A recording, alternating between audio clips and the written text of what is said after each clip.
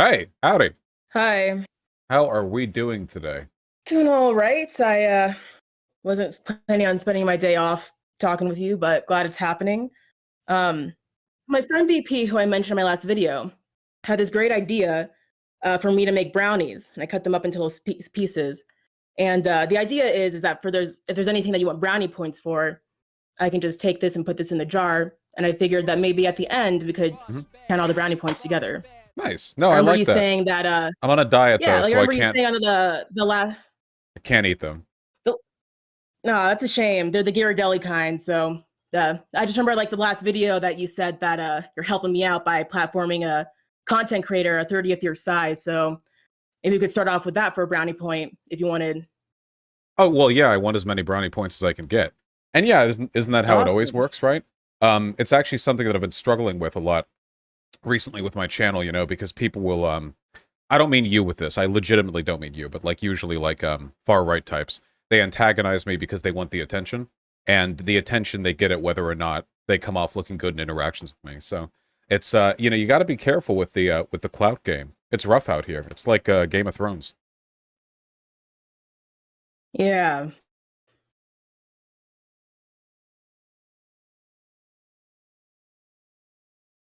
So Hey, I want to talk what did politics, you ask me talk on? shop. Yeah. Want to talk? Sure. Let's get to down why you asked me on here. Yeah. Well, I guess I took issue with your video, the first one, and I guess the second one was just sort of a follow through on the issues that I had with the first one. There is a mistake that I made, which I'd like to address up front, which is at a couple of times when I responded to your first video, I stated outright that if you would watch the entirety of the debate that I had with Dia Angel, I think that was their name, then you would find that DIA Angel. DIA Angel, that I would have changed my mind on the black separatism, black nationalism semantic distinction there. And that's actually not true. I changed my mind. I must have changed it in the following days afterwards. But I was wrong in the context of that specific debate. My position hadn't changed from beginning to end. Of course, since then, I think that I've been pretty responsible with my rhetoric, which is why I took issue with your assertion that I spread misinformation on this. Yeah, I understand you saying that. And I'm a little bit confused because my video actually talks about that. My video talks about how originally in the original debate, you talk about how you're against black nationalism. Eventually you realize like, oh, I'm talking about black separatism, correct that. And then in my original video, actually, I talk about how your definition of black separatism and comparing it to white nationalism is still an issue because the context of what those things are very different. White nationalists who are separatists want to live in a different state because they think that black people are inferior. And people who are black separatists, there's obviously people who are very problematic in that group that I'm not going to sit here and defend. But there are people who are separatists because they just want to be away from their oppressors. And so painting them in a bad light is also an issue. Painting them as just white nationalists, basically, like making that false equivalency is an issue because when people talk about that, when people talk about how they need to get away from their oppressors, people talk about how they have to have their own spaces, they're just painted as basically white nationalists and how that's a problem. It's making that space more hostile for people with those views. Yeah, well, I I guess I just really do think they're pretty similar. When you take a look at a lot of black separatist communities, there are a lot of underlying reactionary tendencies like homophobia, anti-Semitism. A lot of them do seem to believe in the same Jewish question, just from the opposite perspective. Nazis think that Jewish people want to destroy white people by bringing in, black and brown people. And black separatists often think that Jewish people want to destroy black people by promoting white industry at the expense of black culture. And it seems like the fundamental bones are pretty similar. And then when you get into the logistics of creating an ethno-state, there's not really any way to do that without genocide. Like take South Africa, right? I mean, it's all well and good to talk about living free of your oppressors, but when you break apartheid in South Africa, there are millions of white people living in that country. Like, what do you do? Do you just like ship them all out? Do you build camps? I mean, it seems like this logic always leads down a really bad road. There's a few things in there. So one of them is that the black separatists they're talking about who are homophobic, anti-Semitic, I agree. Fuck that. I'm not gonna like sit here and be like, that's a good thing. We need to like give that space to talk. I'm not talking about those kinds of people. I'm talking about the people who just want to be away from their oppressors. And then in the issue of South Africa, for example, or I guess any colonized country in Africa, like the way that people take power from their oppressors, even if it's not full on separatism, is they take the power back that's taken away from them. And then that's how they kick out the people who colonize them. There's a number of ways that that could look like without actually committing genocide. Isn't that, I mean, how do you kick out millions of people because of their race without it being a You genocide? take out, so like when colonization happens, the people who colonize those places take over industries, making it so that way the people who have the most power are running those countries. So what you do to take away their power is you take the power back. You make those industries not run by the people who are colonize them. And then because they have a lack of power, those people tend to leave. That's just like one example off the top of my head. Oh, sure, sure. If you mean like reappropriating businesses and fairly distributing them, and then people of their own volition leave, that's fine. But that's not what I tend to see from like black separatists, right? They aren't like, we should have a proportional amount of industry controlled by black people in X country and then let the cards fall where they may. There's usually an explicit intent to not live with the racial groups that are associated with their oppression, which is kind of what you use in your video too, right? Like, you don't say people in colonized countries should have the right to reappropriate industry and make it democratic. You say they should have a right to determine whether they want to live with their oppressor. You're giving the state the power to deport people or kill them when that's the language you use. My point is that the people who colonize those people, if the people who are there and they live in their own country don't want to live with people who are colonized, they should have the right to determine if they want to live with those people or not. And I think that could look like a number of things. And my point is that it doesn't actually have to always look like genocide. And the way that you're painting it is just comparing it to white nationalism. And so my point is that you can critique these things. You don't have to agree with these things, but you can talk about that sentiment without calling it the same thing as white nationalism. But that's my point of the two videos. But I've talked to white nationalists, and they kind of talk exactly like how you talk. Most of them aren't bold enough to say, yeah, I want to genocide or deport all the non-white people. Usually it's like, yeah, we want to restrict immigration from X countries, and we want to pay people to leave, and we want to incentivize white power in our country.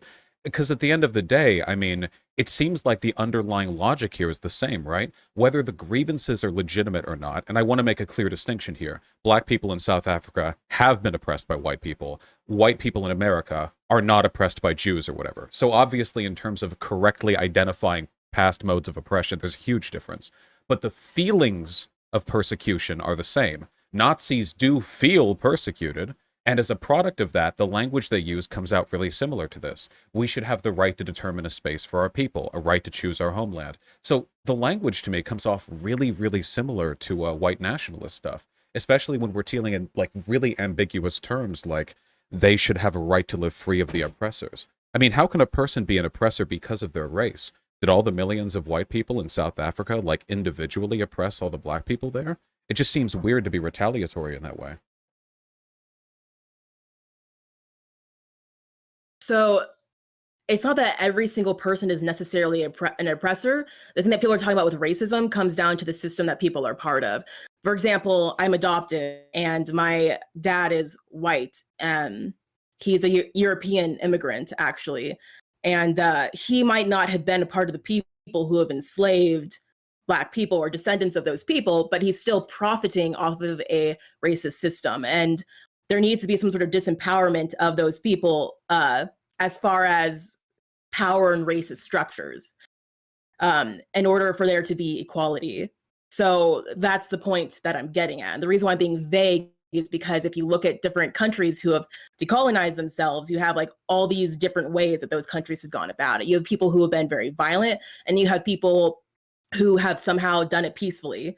We're reading a book called Ujamaa or it's called Ujamaa, but it's by Julius Nyerere, who was one of the leaders of getting rid of colonialism in Tanzania. Unfortunately, after he died, a lot of things were put in place, but he did it completely through voting, which is amazing. And we're also reading like Frantz Fanon's Wretched of the Earth. Frantz Fanon did a lot of work in Algeria, which and there was like a lot of violence that happened there. I think like dealing with colonialism is going to be messy, and there needs to be room to have nuance in these conversations. And I think just kind of reducing it to like, oh, this is white nationalism is very reductive. And it doesn't really give space for those people to talk about what to do. I just don't understand how you could ever morally permit any plan of action which involves the deportation of a people based on their ethnic group, you know? I don't know if that necessarily addresses any of the... That ethnic group colonized a group of people. Oh, sure, but That's I don't... how. Yeah, That's and if we disagree on that line, no, that's fine. But no, I think colonized people have to have the right to self-determination, what to do about the people who no, colonize them. I agree that the ethnic group did indeed participate in the colonization, but I don't believe in taking blanket retribution against people for their bloodline because they're associated with the It's not bloodline. about. Well, I don't yeah, agree it with is. that It either. is. You should. It's about being away from the people who oppressed you. It's about taking your power back from the people who oppressed you. And Yeah, that's what but I'm you saying. can That do that without context makes a difference. That deportation. context should be a lens where you analyze that. But I'm you sure can, some people think so. And I'm sure some people have found that they can't. You know but what I'm saying? you It's very can do different that for each without country and each context. deportation or creating an ethno-state. In fact, I can't really think of a single time in history that ethnic disempowerment was improved through the initiation of genocide, or like mass deportation. It doesn't seem to be a very effective way of changing the socioeconomic reality of the people who were previously colonized or previously oppressed. It seems like, if anything, it's an act of retribution, that people would go, oh, well, since we were the oppressed for centuries, now we have the right to enact moral vengeance against you and remove millions of you from the country or something. And that just seems to me, I mean, not only are you basically being the villain there, it just seems to me like this is a really impractical way of fixing any of these issues, you know? Like, like, I I don't... mean, I think that's fair to say. Yeah. Like that you could say, like, wow, like mass deporting millions of people is like not really useful or helpful. But I also think like when you look at people who are working on decolonizing, like that's not necessarily what's happening. People are just trying to like get the people who have power over them to leave. And I think in that context, that makes sense insofar as you're trying to break down a power structure. That's where I stand on it personally. If they want to leave, that's fine, but I don't think any ethnic group has any more of a right to a country than any other ethnic group.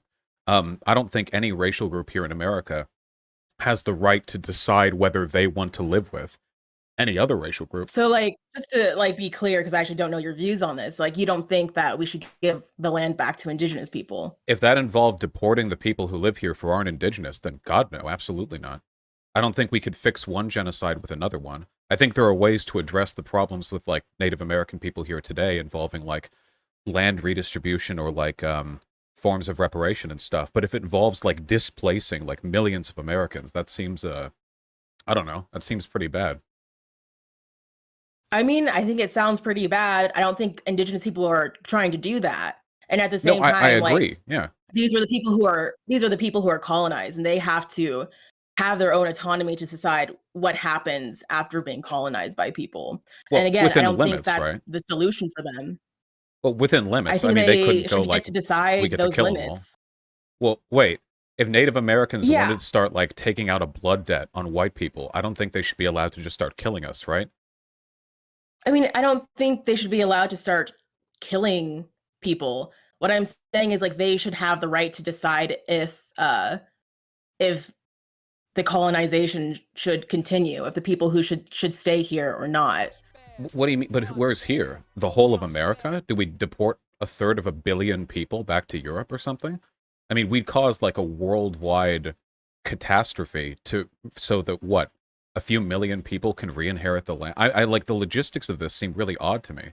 Shouldn't we talk about ways that you can pragmatically address these issues and not like just give massive moral leeway to people just because they're oppressed? I don't think being oppressed means that you have any more of a right to to be like a moral judge, jury, and executioner than any other member of any other group.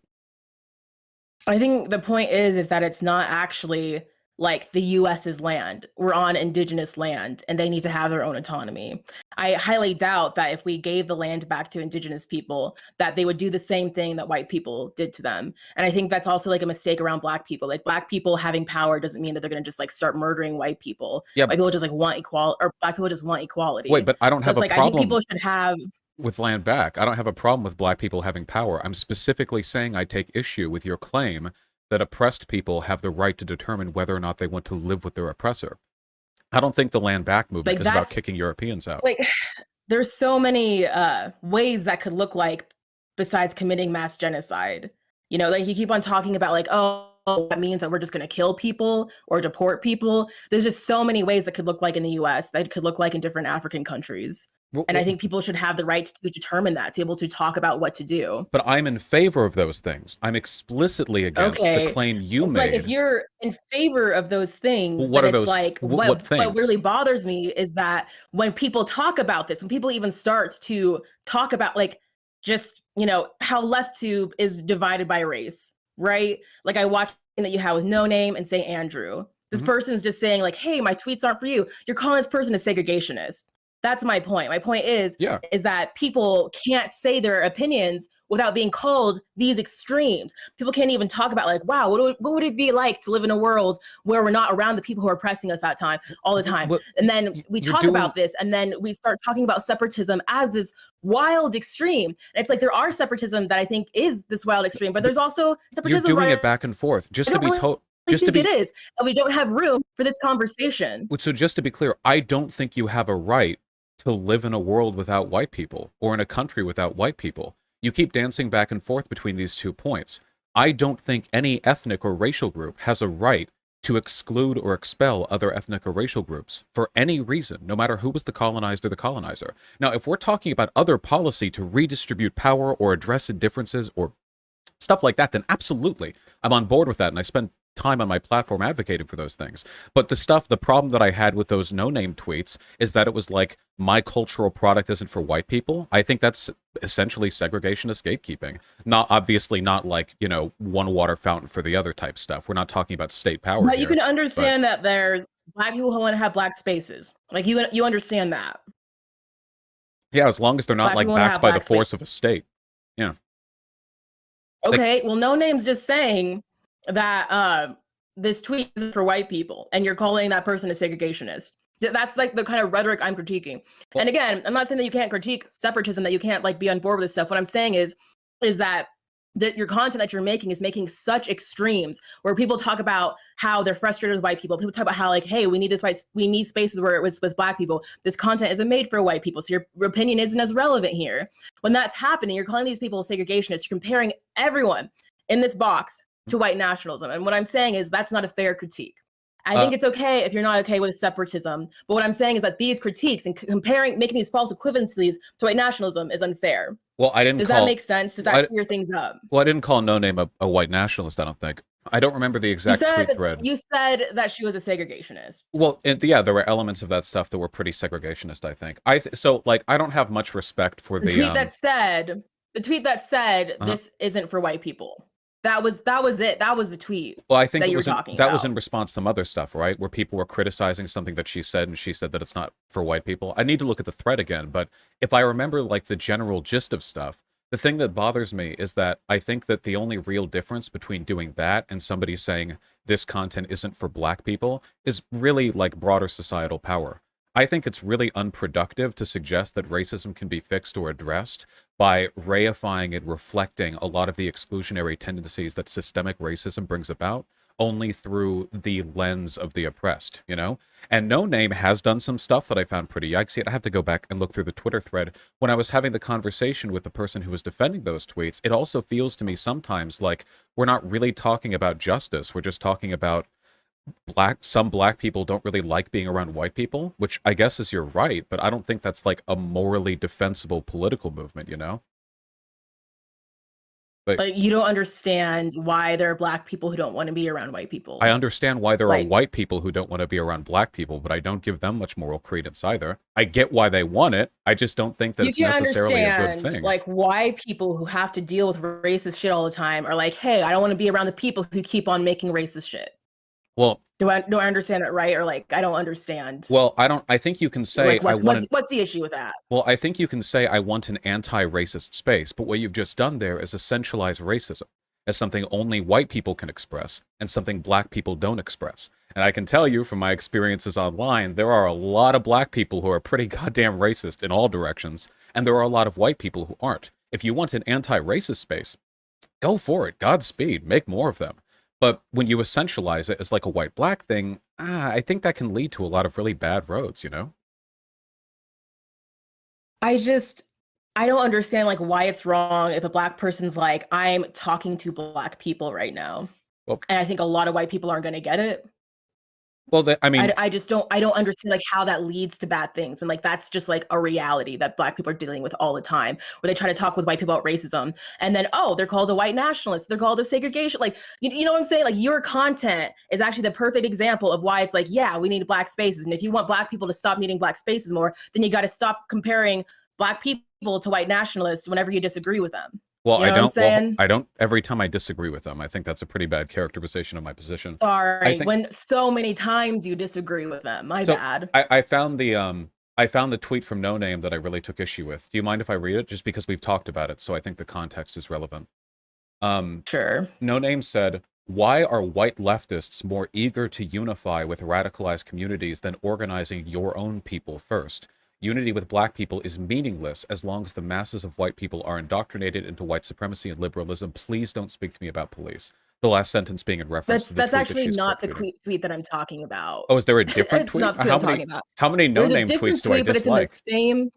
There's two. There's one in a video from earlier. I guess I can try to find it.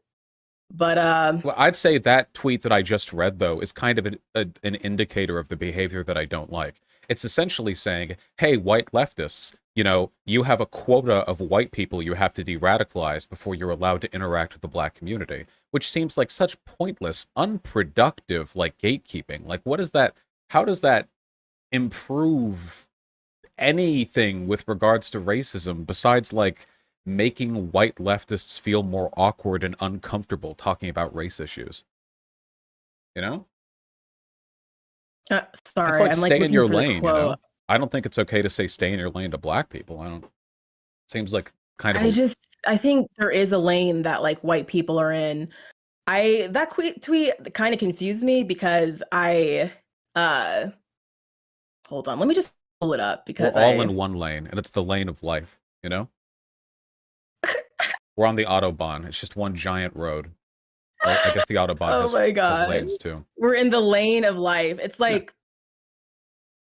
like just kind of completely like ignores like the racial divides that actually exist. You know what I'm saying? It's like, wouldn't it be nice if we were all in the lane of life? W- But we're not. We have like all these issues that we have to deal with for us to actually be able to see each other as that. Well, by the lane, I So don't mean like liberal colorblindness. I mean that I think that people of any race have a right to talk on any issue. I think cis people should be able to speak confidently on trans issues, white people on black issues, black people on white issues, and so on. I think that trying to it's like, keep that from happening leads to a lot of really weird community gatekeeping that's just bad for our political goals. so you can do that. You can definitely like speak on behalf of other people, but I think the huge issue is that people need to really understand what they're talking about. You need to go to these communities and go, hey, what's up? What are you dealing with? And then you can talk with them in the context of trying to represent them as close as possible. And before you talk with them, you have to like go back and be like, hey, did I understand this correctly? Did I get this right? That can take so much time to do. But I think people shouldn't be trying to represent anybody if they don't understand what they're talking about. That's kind of my issue. Like in the issue of like No Name's tweet, for example, like again, in this video that I watched, like you said that this person was a segregationist. Well, I need to It's see the like, tweet to understand the context. okay, let me find it. It's okay. I didn't mean to send you on a hunt for it or anything. I thought that I had found that. I didn't realize there were two tweets I took issue with. Out of curiosity, which Democratic primary candidate did you support back during the primaries? I voted for Biden. Oh, yeah, I voted for Biden too. Didn't want to, but you know, But I what did. about in the primaries? Who'd you support before all the candidates got crunched? I really was hoping that Bernie would win, and then I also heard about some other candidates that I really liked, like Gloria LaRiva, but I didn't think that there's going to be enough people who voted for her, even though I liked her policies more than Bernie. So I still stuck with Bernie. So, right. And So this is the issue, right? Because the black community didn't side with Bernie. They sided with Biden. So, would my support for Bernie back during the primaries have been an indication that I was failing to listen to the needs of the black community?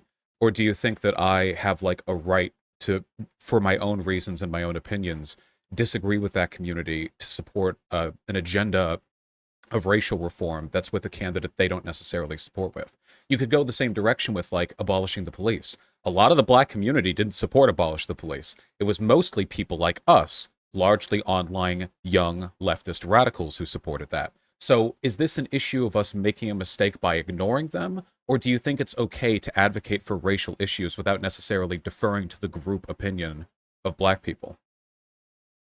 I think the issue is that you need to like listen to what people are saying. Like for example, like when and again, I define like listening as not just doing whatever people say, but seeking understanding. So like when I talk about how I wanted to vote for Bernie, I ended up voting for Biden because it was lesser two evils. There are other people out there who are like, well, if I voted for Bernie, I don't think that would make a difference. And when I first hear that, I'm like, that's really wild because like Bernie has sparked this socialist movement in America. Even though he's not a true socialist, he got a lot of people interested in it. He was a very inspiring person. And then when I hear people talk about like why they don't like Bernie, it's usually a lot of black people who grew up really poor, and it's black people who are really mad at Bernie for like signing the bill on super predators, even though he wasn't the only one a part of that. But people lost so much hope in this person, and people are like, listen, at the end of the day, whoever we vote in, the structure of that we're voting into is still a white supremacist structure. So we need to figure out how to fight this system just by trying to vote for less of the two evils. And I think there's space to have that conversation and still maybe vote for Biden, for example, because he's a lesser two evils. Like we don't have to just have like one or the other. There needs to be space for that conversation to have. Because when I listen to black people, especially black people who grew up poor, who are like, I don't like Bernie, even though my initial reaction is like, wow, I love Bernie, what's wrong? Like when I hear why they don't like Bernie, I'm like, wow, you really have been fucked over by this person, and that makes sense. So maybe we should talk more about how to fight this system by instead of just voting for the lesser of two evils. And that conversation can't even take place because the people who are saying vote for the lesser of two evils are like, shut the fuck up. And that's an issue. No, I agree it's important to be able to have that conversation, but what you're talking about right now is what you do when you disagree with the black community.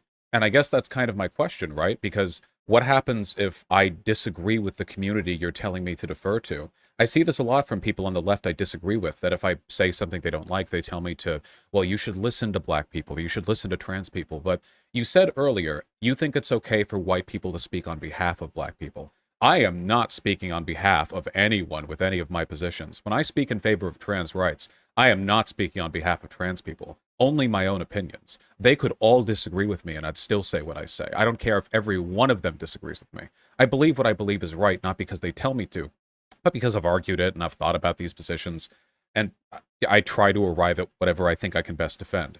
So sometimes it's a bit odd to me. It's almost like we prioritize a sort of in-group deference to the opinions of minorities over the ability to actually formulate and defend an argument. And then like you get people who exploit that on the right. Blair White, who when I debated her said she thought it was odd that a cis man would be critiquing her for transphobia, or Candace Owens, who calls everything that breathes at her racist. There are people who exploit this like liberal identity politic tendency in a way that I think makes it really difficult for us to make our arguments. Yeah, I think the thing is that you need to make sure that like the people that you're representing, like let's say like there's like disagreements or something. They're all obviously like no one's a monolith. There's gonna be people who have all these different views. At first, I think it's still important to try to understand like why are there all these people with different views in these communities. And then secondly, if there's someone where like, okay, I'm like really standing with you, I think you need to really understand like why they're saying what they're saying, and then run it by them before saying more than that. And then if people critique you, for example, try to actually really understand why they're critiquing you instead of just calling them like a white nationalist or something, or a segregation. Well, You know what I'm saying? what if that's Like what I that looks think though? I really mean, different than what's happening right now. oh, what if If that's that's what I what you think? think, Yeah. it seems extremely ignorant to start calling people segregationists. Like you literally said that St. Andrew wanted to start a race war. It's like, come on, St. Andrew. I'd need the Like I just need the don't context to say know. that shit then.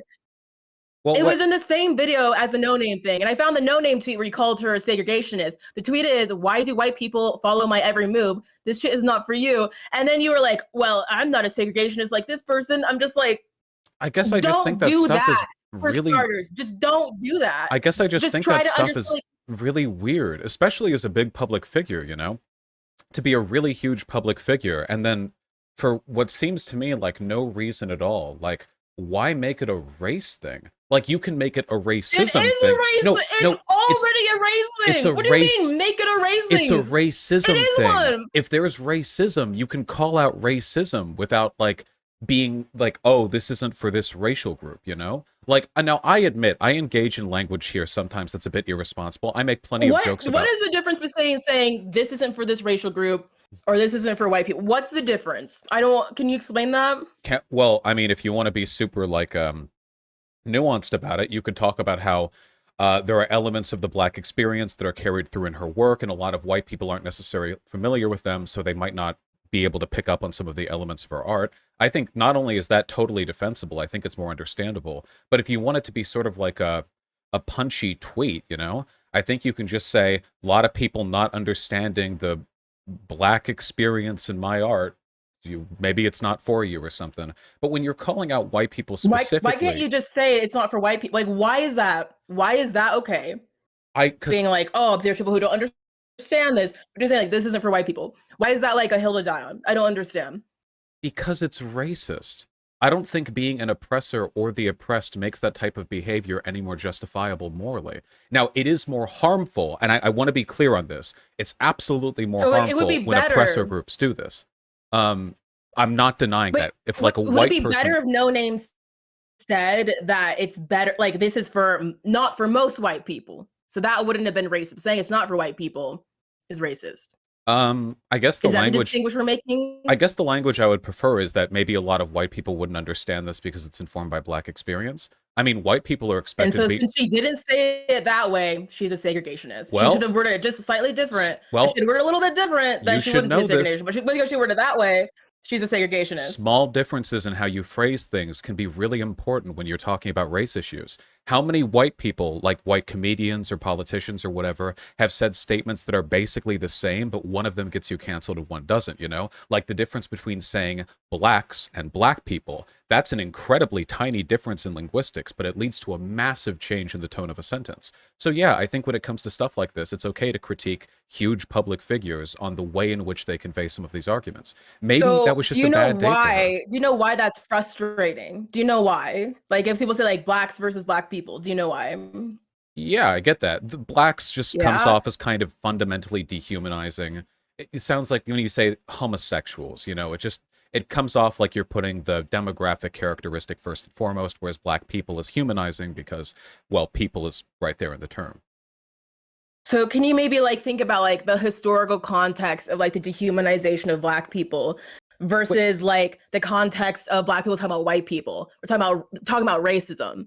Like, can you understand like that how that context makes a difference and that it's a false equivalency to be like, oh, it's the same thing if a white person, you know, says like the blacks, you know, versus if a black person says white people. so, Like, can you understand that when people are saying white people, they're talking about an entire system uh, that has created like a white identity, so right? Because white people weren't always white. while that is That was sometimes created in order to justify racism and slavery. Can you understand that like when you unpack that, it's a different story? So, while that is often the case, that critiques of whiteness, and by the way, when you're making systemic critiques, you say whiteness, not whites, but that when you do that, you're talking broadly about the institutional whiteness rather than like white people as a racial group. The problem is, not only did she not really come off that way, but additionally, uh, I think it's kind of silly to pretend that there aren't black people who just are kind of shitty to white people in a way that doesn't have a sort of institutional bias behind it. Again, I want to make it clear, the context that you're using to distinguish between those two things affect harm. But in terms of intent, there is nothing about being white that inherently makes you more racist. There are tons of black people who don't want their children intermixing with white children, you know, like they don't want the interracial Do you marriages. know what, like, do you know, like, how being white came about? Because you're saying that there's, like, nothing inherently racist about being white. Do you know how being About white came the about? race of being white. Whiteness is a Right. I wish you'd not Can you no, patronize like me. just like the construction of. I wish you'd not patronize me. Oh, I'm a okay, I'm sorry. I sociology won't major. patronize I you. know. I will just. Weren't you okay? Just to clear it up, someone said that you were like a criminology major. Is that true, or like? I participated in a criminological grad experiment and helped along with it significantly. I'm a sociology major. So that was yours. So the sociology major and like the criminology thing are two separate things. Yeah, it all bleeds together. That and communications were the three things that I studied in college. Okay. I'll try not to be patronizing. I'll do my best. I'll just talk about like what the white race is, because I was asking if you understand what that is, because you were saying that it's not like inherently racist. Well, no, so I'm just gonna like talk about that. No. I was saying white people aren't inherently racist. There's nothing about being white that makes you inherently racist. I know that whiteness as a historical concept was constructed as a way of culturally and genealogically distinguishing Europeans from other groups of people, which they use as the foundation for epistemologically justifying the existence of racism and slavery. I understand that. I know that. But being white, a white person... Literally, before there was even white people, there was just like European people colonizing America. They created the term white to make this distinction between indigenous people and to also justify slavery. And then that continued on for hundreds of years, where it's like being white was literally the construction of a caste system. So it's like that continued. So historically, yes, being white comes with all these racial issues. Well, and we want to get to the point where we deal with those racial issues, so that way we all really can't be just people. No, I agree with that. I'm just saying okay, or is that like... Well, I wasn't gatekeeping any of the things you said behind academic jargon. You don't need to ask me if it's okay. Look, I'm just saying I don't think that being racist... Am I gatekeeping stuff behind academic... This is critical race theory. This is why it's fucked up that it's banned, because you all need to read some critical race theory, okay? It wouldn't be academic jargon if you all just like listened and read a little bit. I've read it. I read it extensively before my debate with Charlie Kirk. I probably know a good deal about it relative to the average person. But I'm not talking about critical race theory. Maybe it's not gatekeeping behind academic jargon. No, I'm just talking about racism. I'm not gatekeeping you. You asked me if I was okay with your definition when I never asked you for one. Look, the only point that I'm making here is that I do not think that white people are like the inherently racist group of people. For example, if you go over to China, it seems like, despite not being white, the Chinese people over there are pretty goddamn racist against black people, a group none of them have ever met most of them haven't met in person. Over here in America, why is that? Well, I think a lot of it has to do with the cultural context you're raised in. China's an authoritarian country, and they're also pretty rabidly xenophobic. Over here in America, there are a lot of black people that are racist against white people. I don't think that racism carries the same weight or harm. A huge part of the world being racist towards black people comes from American media. Yeah. Directly. Yeah, I know. I'm not a big America stan. American media made by white people. Yeah. You know what I'm saying? I don't think white people are the only group that are racist. I think other people with other races are. So that's the point that I'm making. The reason why I'm being particular about Noname's language is because I think that all of us are capable of racial bias, and on issues that are sensitive like this, it's probably important to be pretty particular. When did she say that people aren't? Like, I don't understand. When did Noname say that that the only racial biases that are ever had are by white people? She didn't say that. That was the point I was making. She was just making an inarticulate statement that came off as kind of racially exclusionary to me, which I just don't think... She, or like, did I get their pronouns wrong? Whose pronouns? No names. I just want to make sure I haven't been misgendering that person the whole time. Is it? Yeah, I didn't know what they are, if there were any. Chat, do you know? Okay, I'll just say no name from now on, just in case, because I don't want to... Okay, well, the point that I'm making is we should all be careful when we talk about stuff like this. So when I would like to talk about, like, being careful, the language you used in your first video about me was explicitly... Okay. Wait, no, wait, please let me finish. I'm sorry. Okay, sorry. I'm going to let you finish. The video that you did, the first video that you made on me, explicitly said that colonized people should have the right to choose whether to live with their oppressors. Now, when we're talking about live with, I assume you don't mean literally like room and board. I assume you mean a country. And that is explicitly an endorsement of ethno-nationalism, of deportation or genocide. There's no way to remove a large racial group from a country without genocide. There's just no way around it. You can't, like... That's just not true. Like, literally, I just gave examples of people in Africa who like in Kenya, for example, like the way they got colonized people out is they retook the businesses that colonized people took. And because they didn't have any economic interest in there, they left. Now, that's still not separatism because there's still white people who live in Kenya, but they were able to be specific, when you say that, do you mean all their possessions were seized and they were destitute and poor and had no choice but to leave the country? Because if that's no, the it was case, businesses. Well, depending on how much of the business you seize, you can end up reappropriating the entire economic foundation of an ethnic group, which is what we've done to black people plenty of times in this country, so I know it works well at discouraging people from continuing to live in that area. This is fundamentally like, I just, the idea of using state power to retaliate against a race. What did you want Kenyans to do? Because like they didn't commit like mass genocide. They like kicked people out by like being like, hey, the stuff that you took from us, we're gonna take back. And now they don't have any power. A lot of people got out. Like that's kind of ideal to me. It's like, what do you want colonized people to do? Like be like, hey, you know what? You guys fucked us over. We're just gonna let you have the power that you still have. Like, what would you do? So I don't know that much about the specifics of Kenya in this case. Without knowing more, I wouldn't be able to give like a really strong prescriptive solution here. But what you're talking about, if I'm reading you correctly, this might not actually be the case, but it seems like the way of discouraging white people from living there was economic retaliation, seizing properties owned by a given racial group so that they would have to like leave the country. And I don't necessarily know if that they already took. But who's they? From that group. Every individual or that race? Britain colonized Kenya. Britain's a country, but possessions were taken from people. You see the difference, right? You're doing the thing again. You're essentializing racial groups as a single homogenous block of people from which all harm done and all harm done to are equivocable.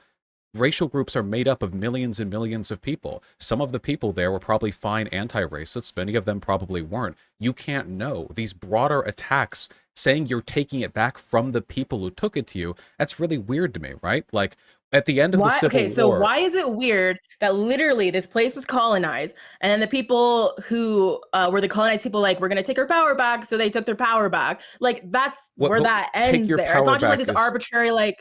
the economic power. I don't know what that means by take your power back. Do we mean specifically target one racial group to reappropriate their resources at the exclusion of others? If that's the case, that seemed kind of bad, right? Because you're targeting a racial group for economic reappropriation. After the Civil War ended... One example that I know of, I'm not an expert on Kenya or anything, but one thing that I know of is that people like bought out farms, for example, and then in the most... and like the most fertile lands, it was owned by British colonialism. And then when Kenyans ended that, they took back that land. This is a specific example. Sure. So it's like, I don't see why that's like, I don't see why people taking their land back is just like, we can't even talk about that. And that's kind of my issue, is that there's like all these colonized people dealing with colonialism, and it's messy. There's a lot to critique about it. There's a lot of good things in there, but we need to be able to talk about it without literally trying to compare these people to white nationalists. So every time that's you really say all my point. Their land or taking it back from the colonizers, I wince, because what you're doing is you're taking harm done to a racial group and assigning it moral validity by addressing them as though they had individually committed the crimes you're associating them with, you know? And I had a grievous issue with that. The point is that their land is colonized and they need to get rid of the colonizers. Okay, but at that point, it doesn't matter.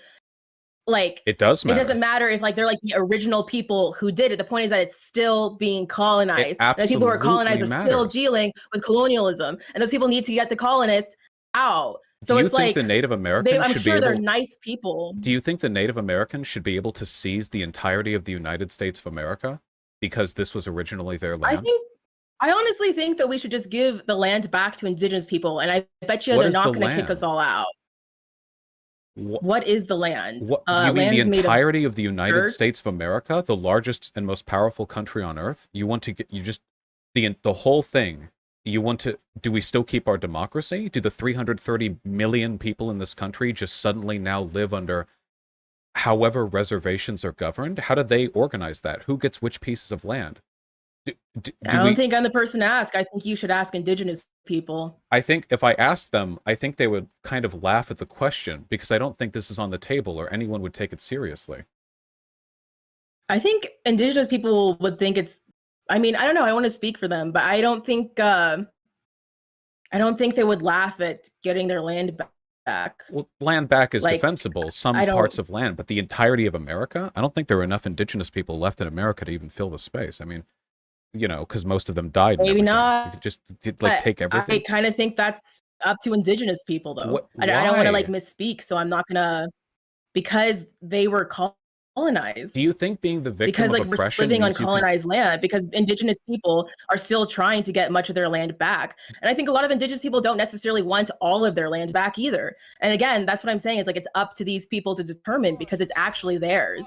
And I think a lot of indigenous people don't want to do what white How people is did it to them. I think a lot of theirs? them were like, we just want this certain amount of land back because we've been put on reservations. Out of yeah, out of curiosity, do you support Israel? Because that territory was originally theirs. Israel is a lot more complicated than that territory originally being there. Like there's Is it like more complicated, or are you multi-ethnic just on the people different living. end of that particular political question? There's like a multiple. It was like a multi-ethnic place of like different people groups living And so, there. wait, and to be fair, so were the Americas. It's not like one tribe ruled America. The tribes that ruled the Americas before we came No, here there's a bunch of conquered different other tribes. Yeah, there's a tribes bunch of different groups of beforehand. people. So, does America belong to the tribe that owned it last, or the first tribes that we can ever anthropologically determine control the territory? These tribes were at war with each other Well, I think sometimes. like How do we know who determining like goes to how to what? give lands back would be talking to the people who are still around because a lot of people were wiped out. Having conversations of like, hey, this was your land. We want to give it back to you. What does that look like? I don't think it's just something And where you why are like we snap making your them all fingers one and it's like block, right? genocide. Like there wasn't one indigenous people. I'm There were not. I'm talking about each.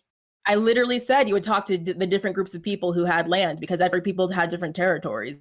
who I think it does would look something like that. And I'm not really sure what it'd look like after that who because does again, I think the Germany instances of originally belong to? colonization are very different. I don't know about Germany.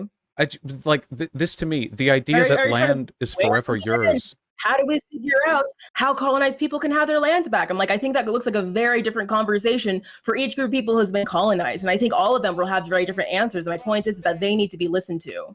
Yeah, to be Does clear, that make sense? no, I think it's almost incoherent. So you'd make the argument that It's if almost you're incoherent that yeah, I'm making the argument that let me colonized finish, people should please. be able to determine what to do with colonization. You So, can't understand that. well, It's an incoherent. yeah, because we have superseding laws and ethical structures that determine the extent to which anyone could do anything. We even have international law these days. So you have explicitly argued for ethno-states over the course of this discussion. I don't think an oppressed or colonized group has the right to build an ethno-state. I don't think that Saudi Arabia has a right to treat women the way they do just because they're an autonomous nation. I don't think Israel has a right to reclaim its territory just because 4,000 years ago they controlled that land. And I don't think the entirety of the United States of America should be ceded to the shattered, fragmented remains of what was once thousands of tribes that crossed the entire dual continents. I think that subjects on like the discussion of ethics on this is way more complicated. And when you reduce it down to the colonized That's get what to I'm not. decide, Oh my God. well, That's but what when I'm you saying. no, but your answer is the colonized get to decide. And I'm saying that is too simplistic. And not only is that more simplistic, that also implicitly defends a lot of really bad behavior potentially. Which is why in your video you said that the oppressed have a right to determine whether they would continue to live with their oppressors. And we know when you said that you didn't just mean buying out properties that were colonized so that the people left of their own volition. We know it doesn't end with that. When state power is turned towards ethnically There's exclusionary so behavior, many different endings, though. Like, if you look at colonized countries in Africa, there's so many different endings. And at the end of the day, I'm glad that those people are being decolonized. but can't we decolonize without discriminating against another racial or ethnic group? It's not discrimination if you're literally just trying to take your power back. Wait, Discrimination it would be oppressing absolutely can people. be.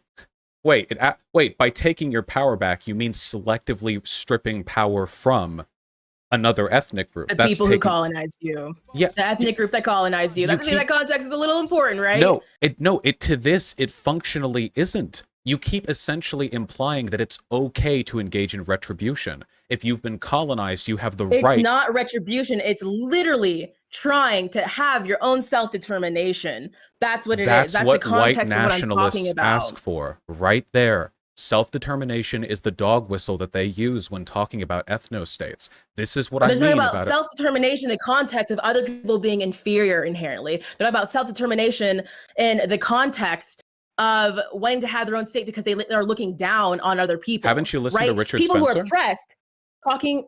I've heard of plenty of Richard Spencer doesn't people think who are the other oppressed races are need inferior. to He have just their own thinks that self-determination. And the reason why they're oppressed is because they don't have their own self-determination. The reason why I'm using that term is because it looks so different in every country. And I think people need to have the space to talk about that and to figure it out without being called a white nationalist. So again, I don't have a problem with talking about it. It's just a lot of your language like you're comes off. Wait, can we please doing it right now? Wait, you're like, on. you're a white nationalist. I'm literally talking about it right now. Richard But Spencer said this and hold that. on, It's like, please. I know.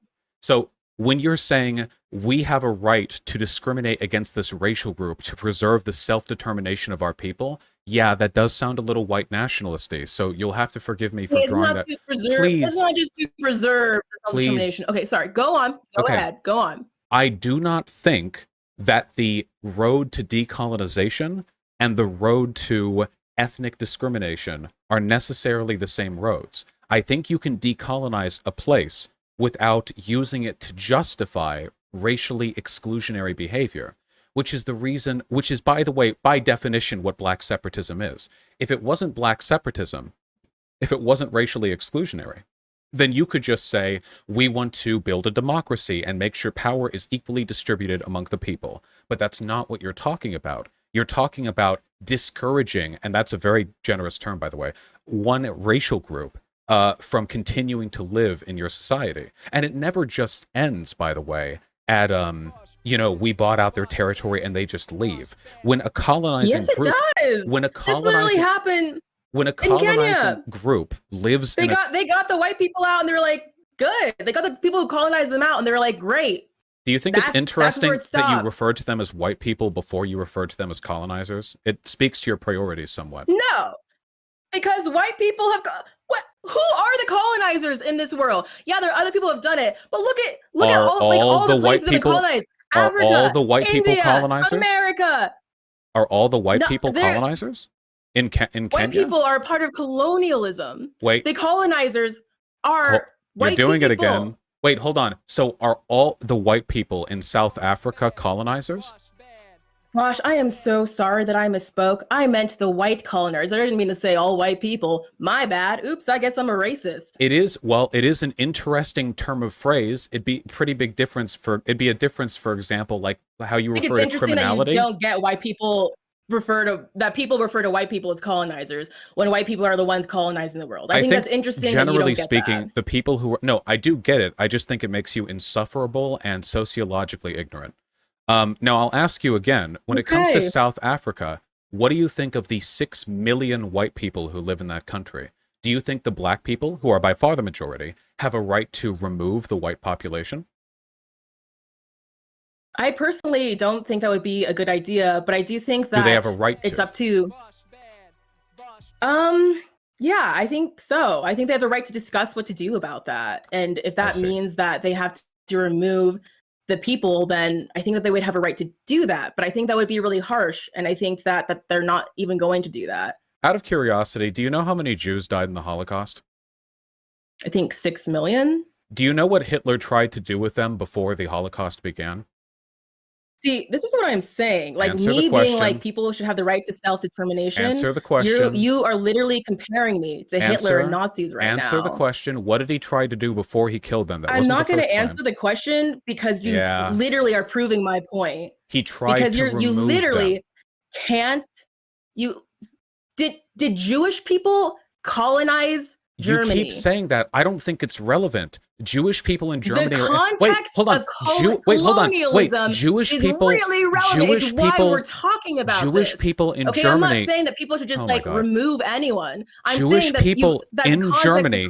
Jewish people in Germany were innocent, regular people, and white people in South Africa are innocent, regular people. The seeds of colonization are a sociological phenomena that runs back hundreds of years. It's not like there are 6 million people who are born white and thus instantly become colonizers. You are doing exactly what I accuse people like you of doing. You're essentializing racial differences and turning them into grievances that state power can be used to solve. But the issue is that there's still a power dynamic of white people running South Africa. Okay, but how this do people is, again, who are colonized get their power back? Obviously, they should do genocide, but people should be able to have a conversation about what to do to have their own self-determination, to be able to live their lives without colonial oppression, live their lives without racism. You're speed running all the talking points that I hear from white nationalists. If you want to address the power difference, you can do that without genocide. You removing all the white people is not the only way of fixing that problem. You know that, right? And by the way, I mean, you know what? Saying, Vaush, oh my God, that is actually what I'm trying to say. That there's like different. I'm not saying that people should just commit genocide. I'm saying there's so many different responses to colonization. You said they would have the right to determine what to do. You said they would have the right to remove them. I think if they decided like, hey, we don't want the people who colonized us to stay here, let's figure out a way to like have them move or something like that. I think that'd be very harsh. Again, that's not something that I would agree with, but I think the people who are colonized should have the self-determination to decide what to do about the people who have colonized them. Okay, so out of curiosity, and I think you're also like, do you think that Saudi Arabia has a right to throw gay people off rooftops? It's their culture. Do they not have a right to self-determine their moral system with regards to see, like gay people are oppressed though. Wait, hold on. No, they're not. Gay people in Saudi Arabia are just a product of Western degeneracy that feeds in through global media. In reality, it's actually a product of white international cultural bias that is infesting the people in Saudi Arabia. So given they're basically a symptom of Western degeneracy, do you think they not have a right to address that in whatever way they think is most culturally effective? I think that's not really what we're talking about. Your arguments are used by every tyrannical group around the world. What I'm talking about is a group of people who are colonized having the self-determination where they can have the same equal amount of power. But they can have equality again. Everyone calls themselves colonized. This is what you don't get. Every oppressor has called themselves oppressed. Not everyone is colonized, though. It doesn't matter. You can look at the historical record and determine who's colonized or not. Like people are going to say stuff, and then there's history. There's things that actually happened.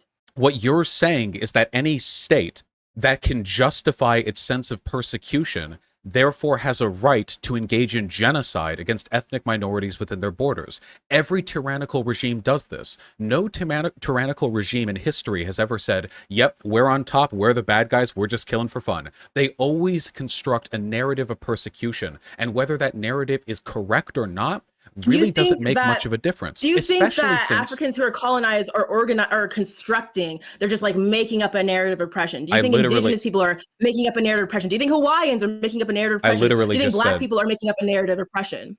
I literally just said that it's irrelevant, and that while the degree to which it is true doesn't affect the state justification. Why is the context of oppression irrelevant? Why is the context of who has power irrelevant? Because, and I'll say it once more, and this is why you should really check your racism, my friend, that white people and colonizers aren't the same group. The people who are white in South Africa are regular humans who are dead, who live their lives. They are not physical. Colonization is still happening. Like America. They are, yes, the concept of colonization is happening. You do not then get to attack 6 million ethnic minorities in a country. That's what you're doing. You're taking a sociological problem and making it a race problem, which is, by the way, what conservatives do to black people. You can take a look at the statistics.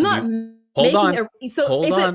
Let me finish, please. Go on. Conservatives do this all the time. Black on black crime is wildly disproportional in this country. I recognize this as a sociological phenomenon. What does black on black crime have to do with it? You just said you'd let me finish. Maybe you'd understand if you'd let me finish. But conservatives essentialize it, saying that it's a black problem. You're doing this with colonization, where colonization is a massive, globe-reaching sociological problem that is influenced by and influences people. That is influenced because they're still being colonized and influences people. That doesn't mean every individual who's in a country that was colonized by a person of their race makes them a colonizer. Those aren't the same things. You're essentializing to race and Yeah, they justifying are state still crimes. colonizers, Vaush. They're still colonizers.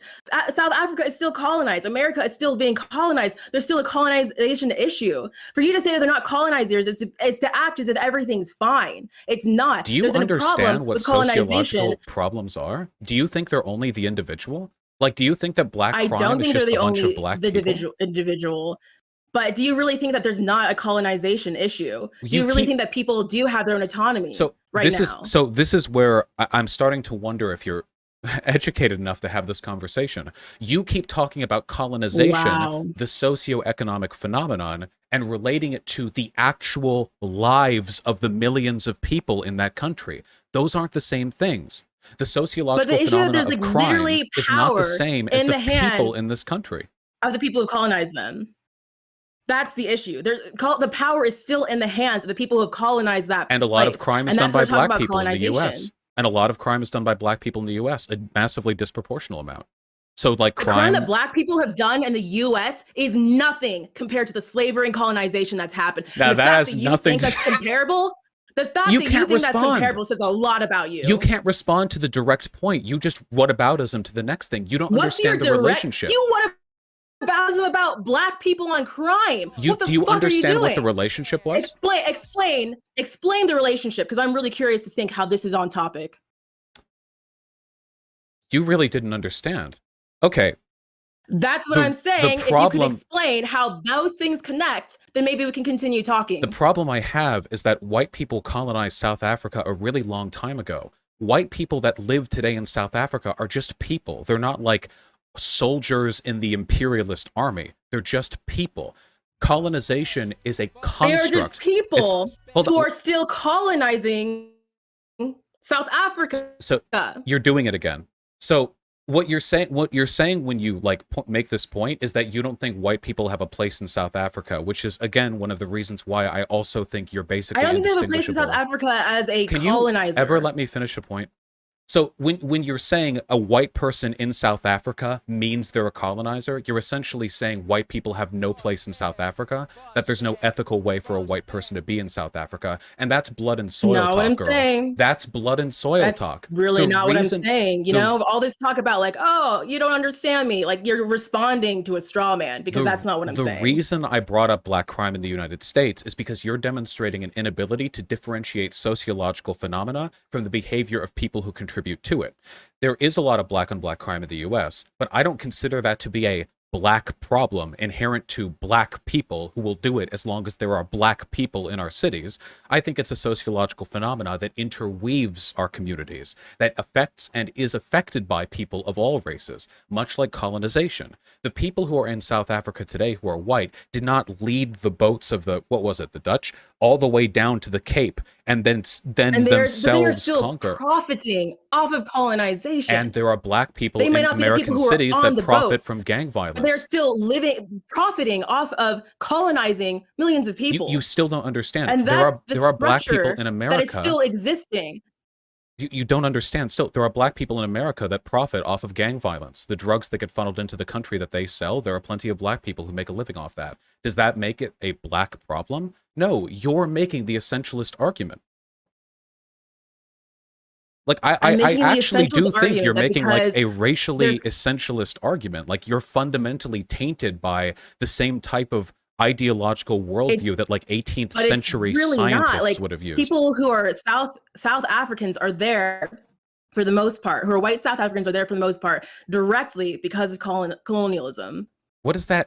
So 300 years ago, their dad showed up and they were born 18 generations later, and that means they're a colonizer? And they're still profiting off of colonialism. They're still creating racist structures. Like apartheid ended like a year after I was born. There are black people. You think that like racism mysteriously just like ended and all the colonialist structures has ended?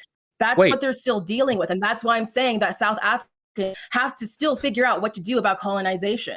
I never said racism just ended. You don't seem to be following what I'm talking about. There are black people in South Africa who also profit off of the colonization that took place. It's not like the system that was built exclusively was built to the benefit of white people. There were superstructures formed where the black majority population would find ways to leech wealth from that system too. Colonization is But complicated. they were like leeching off profits of colonization off of a system that, for the most part, disproportionately affects Black people. And that system is still running today.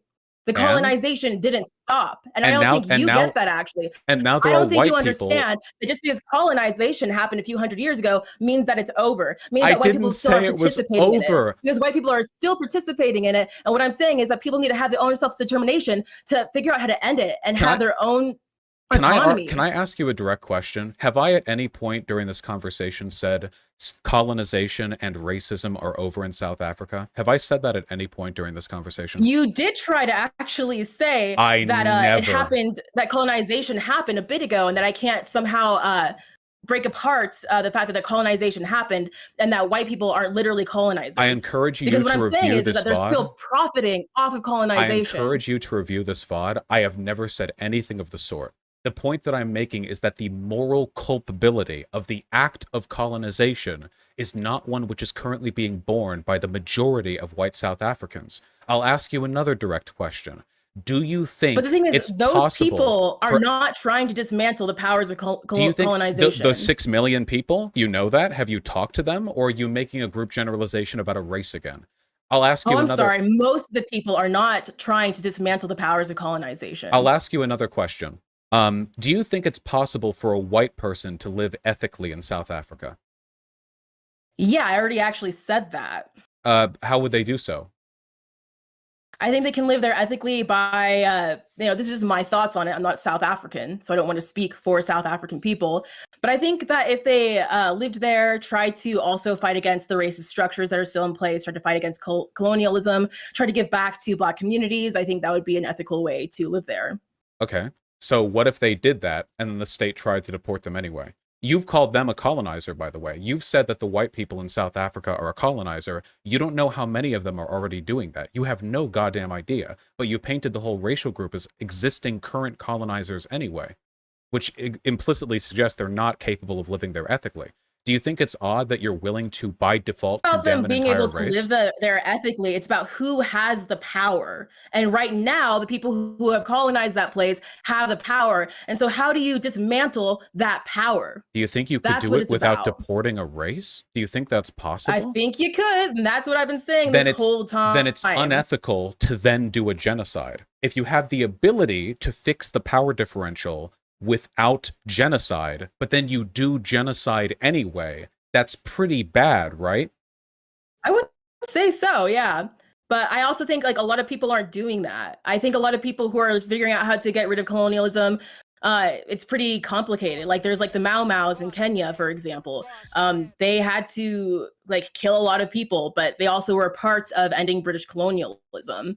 Like what I'm saying is that colonialism is very messy, and there's instances where it's ideal if people can end it peacefully. There's instances where it hasn't been peaceful. And I think it's like, who are you to judge? Because you're not the person who's been colonized. That's what I'm getting judge. at. Yeah, I'll judge. I judge the Oh, I know Israelis for you how they will. treat the Palestinians. Yeah, I do actually think that members of oppressed groups can do morally wrong things. I do believe that. That's not what I'm saying. What I'm saying that is that there are actually people, is. there are all these different countries who have dealt with colonialism in a multitude of different ways. And sometimes it's been violent, and luckily sometimes it hasn't been. And my point is that people need to determine that. And we need to look at each situation and the situation that people are in, because Okay. again, we're talking about various different countries. So what we're if not it just turned talking out about like a monolith of people. What if people thought within a country that the only way for them to escape colonialism, read racial diversity in their country, was through the wholesale slaughter of the white people who lived there? Do you think that would be justified? Like, if they were like, this is how we're determining our decolonization, would you have a problem with that? I think that would be pretty messed up, actually. Again, like I'm not a separatist, but I think people should decide what they need to do. And I also think realistically that just would never happen, because it's just really impractical on multiple levels. So like you think it's bad, but you think they have a right to do it? I think that it depends what the situation is. Like, if that's the only way to get colonizers out, then okay. But again, when you look at people who've been colonized, that's just not what they do. They try just to take the okay. power. They try to take the power away by taking their businesses back, for Okay, example. I know how it's normally done because I don't think most of them are as psychotic as the limits of your moral philosophy would allow. But you're saying essentially that you would be okay with them, like that's just an okay to you? Like, oh, we killed It's really millions of not. people because of their race. And I don't necessarily like that, but I think they had a right to do that. Is that what we're going with? What else do you allow in the name of anti-colonialism? What about what Assad does in Syria? Or what about what China does to the Uyghur Muslims? How far do these limits go? What about the Okay, well, I'll say then I don't think it's right to just slaughter a bunch of people. That does seem really fucked up, but I think that people should be able to figure out how to get rid of their colonizers. And there's been times where people, it's turned into a civil war. What about getting rid of colonization? Wouldn't it be better to talk about the idea rather than talking about first essentializing an entire racial group as agents of a sociological force and then treating them as the enemy that need to be excised? Wouldn't it be better to treat it like what it actually is, a political force? I don't really understand the difference that you're making. That's very telling. Okay, I'll put it another way, okay? You know how after the Weimar Republic fell, there was a narrative in Germany that Jews were responsible for the loss of World War I because they had financed foreign banks in the efforts against the fatherland? Sorry, say that again. You know how after World War I, there was a rumor in the Weimar Republic, a commonly held narrative that Jews were responsible in part for Germany's loss because they had financed foreign banks and economically depreciated the country? I didn't know that. Well, don't you think it might have been a little bit better if they had said, hey, we should do something about banking and its effect on our country, and not, hey, we should do something about the ethnic group of people we associate with the banking? Like, the former situation seems like, even in the worst case scenario, it leads to much less harm, you know? Like, it's a less destructive road to go down, even if it's fundamentally a delusional belief. Like, isn't that a better road? I just don't really see why you can't talk about colonization in the context of the people who are colonizing them. I don't really see why that would be a better road to go down. Like, should we talk about yeah, crime I in don't relation to the understand races why. that do it here in the United States? Right, but then you look at the context of like the history that like Black people are put in, the kind of environments that like poor Black people have to deal with. And so like when you're talking about So like the now crime that we're Black people talking will about commit. socioeconomic forces. See, this is what I mean. When it comes to stuff that Black people do, you're willing to say, well, look past the people and look at the sociological forces. But when it's white people, you'll only say, well, I don't see what the problem is with essentializing a sociological force to a racial group. No, I'm saying that the continuation of colonization exists. It exists in these countries where people are Crime still being exists. colonized.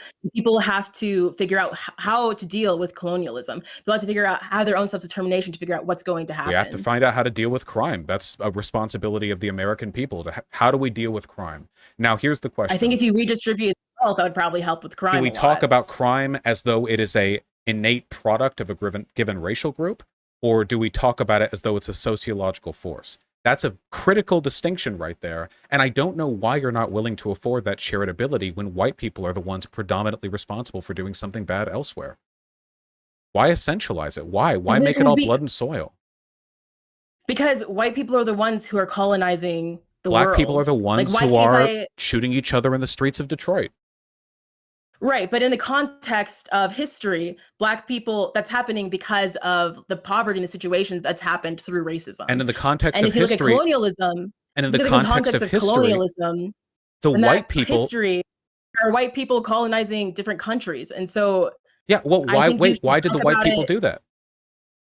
because they wanted resources. No, the actual colonizers were usually poor White people white. didn't colonize people because they didn't want resources. I'm Like, sorry, they just wanted to come to Africa was every person who and thought went it to was like South, really nice looking, so they just came there, hold went on, on was vacation. was every person in South Africa, every white person who went there, the king?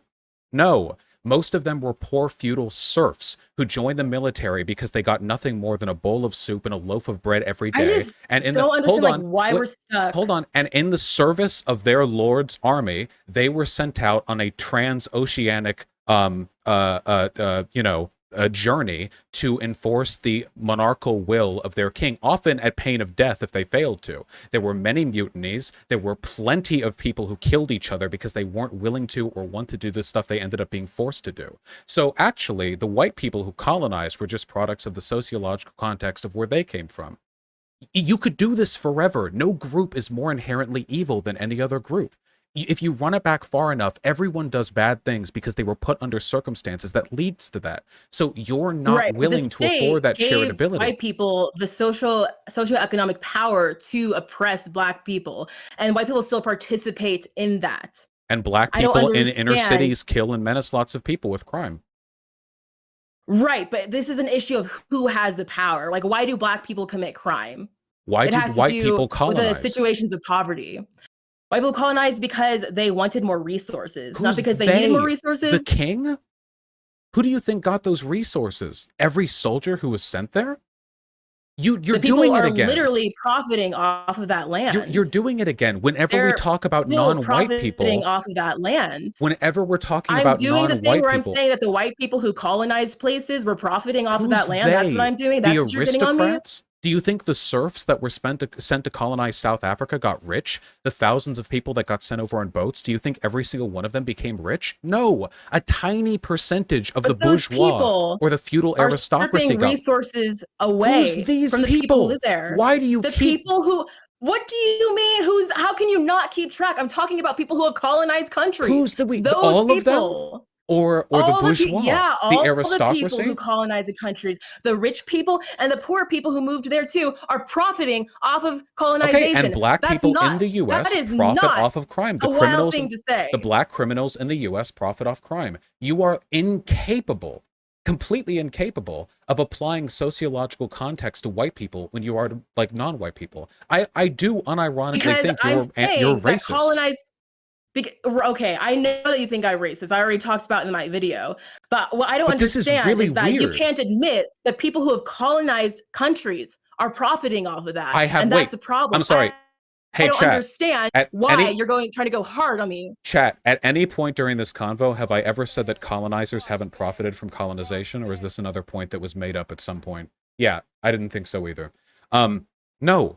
The argument I'm making... If you can understand that, then maybe you can try to understand why people who are colonized still need to attack the system of colonialism. We're not the system is still there, and that's what I'm getting at. I'm all for attacking the system. I don't understand what you're talking about. I know you don't. I am all for attacking the system of colonialism. I am against essentializing it as a product of a given racial group. This is a one-to-one comparison that you don't seem to understand. Even though so much of Europe colonized Africa, you can't think of that as an issue of a racial group.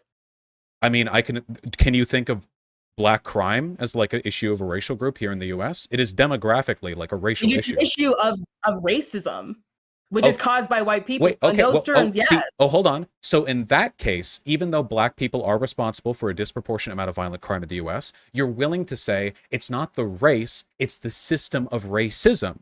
But then when it comes when it comes to colonialism, you'll say, no, what's wrong with just saying white people are all the colonizers? You say you're fighting colonialism, but you're not. You're just fighting... This is what we're stuck on. You're stuck on that. I'm saying that you're just fighting white colonized people. I honestly don't think you give a fuck about the colonized. I just think that you're enacting some kind of petty revenge fantasy where you know that you've been the victim of racism your whole life, and it gives you, like, I don't know what, some satisfaction of reciprocating. Is that I am saying that this is a direct one-to-one comparison that you can't. And you want me to say that it's just like the kings and queens who are colonizers? Is that the issue? I didn't say it was the kings and queens who are colonizers. You kept saying they wanted to get wealthy. You're saying that white people are colonizers. Can you help me understand? Okay. Help me understand why that's the issue. Do you think Black people are criminals? Can you maybe use a different example? No, because this is directly one-to-one, and you won't accept it because you are fundamentally unwilling to give to white people the charity you give to non-white people. This is a direct comparison. We have a racial group that is disproportionately responsible for a negative thing. There are Black people who are criminals, And there are white people who are colonizers. So like, Yeah. I don't understand the So point maybe that we you're should. making So here. so there are black people who are criminals. Would you be okay with me saying stuff like crime is a black problem in the United States? We need to deal with black people and their crime. Well, Do you think? what's the cause? What is the root Okay, cause that's of these good. That's things? a What's good the question. cause of colonization? That's a good What's the question. cause of crime? So wait, so you ask what is the cause, and then you get to talking about the real issues below the surface level, like racism and economic deprivation and inequality. I agree with that completely. So with let's do it again, except in South Africa, okay? So I could say white people are colonizers. They're colonizing South Africa. And then you could say,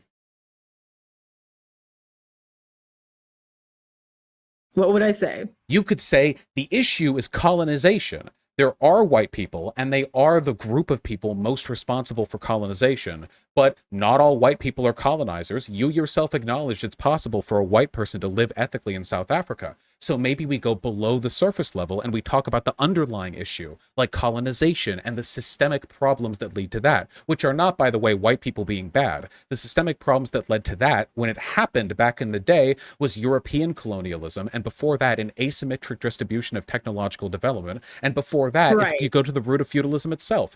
There's always broader context, but let's not essentialize it as a race thing. Right. But the issue is that white people, even if they came to South Africa later on, are still benefiting off of colonialism. But there are black people who benefit And from then white people crime. don't want to give up their power. But black people benefiting from crime is not an example of black people having power. White people gaining from colonialism is an issue of a power imbalance. Like Yeah, but who has power? Who we're has the power in this situation? You think that black people who are committing crime have the power in their so life? so this to me No. so what you're doing right now, and I feel like we've been running in a circle, and I guess we're not going to agree. What you're doing right now is the essential logic of the white nationalist, which is that when you go past all of the moral arguments, the fundamental thing comes down to this: we have a grievance, and our grievance entitles us to essentialist treatment of other groups. I don't think that the system of ethics fundamentally changes depending on how colonized the people are who we're referring to. You take it all into consideration. The ethical system stays the same. And in my case, I'm being consistent. You attack the issue, not people most associated with the issue based on race. But in your case, you think that a feeling of grievance entitles you to racial essentialization. And It's unfortunately, not a this is the feeling of logic. grievance. It's the fact that these people have been colonized and they should have the That's right you. to be able to It's get not the rid feeling of grievance. It's this grievance that I have. I of know. colonization. It's yeah. This is fundamentally the logic, the language that people engage in. If you want to, I encourage you to That go back.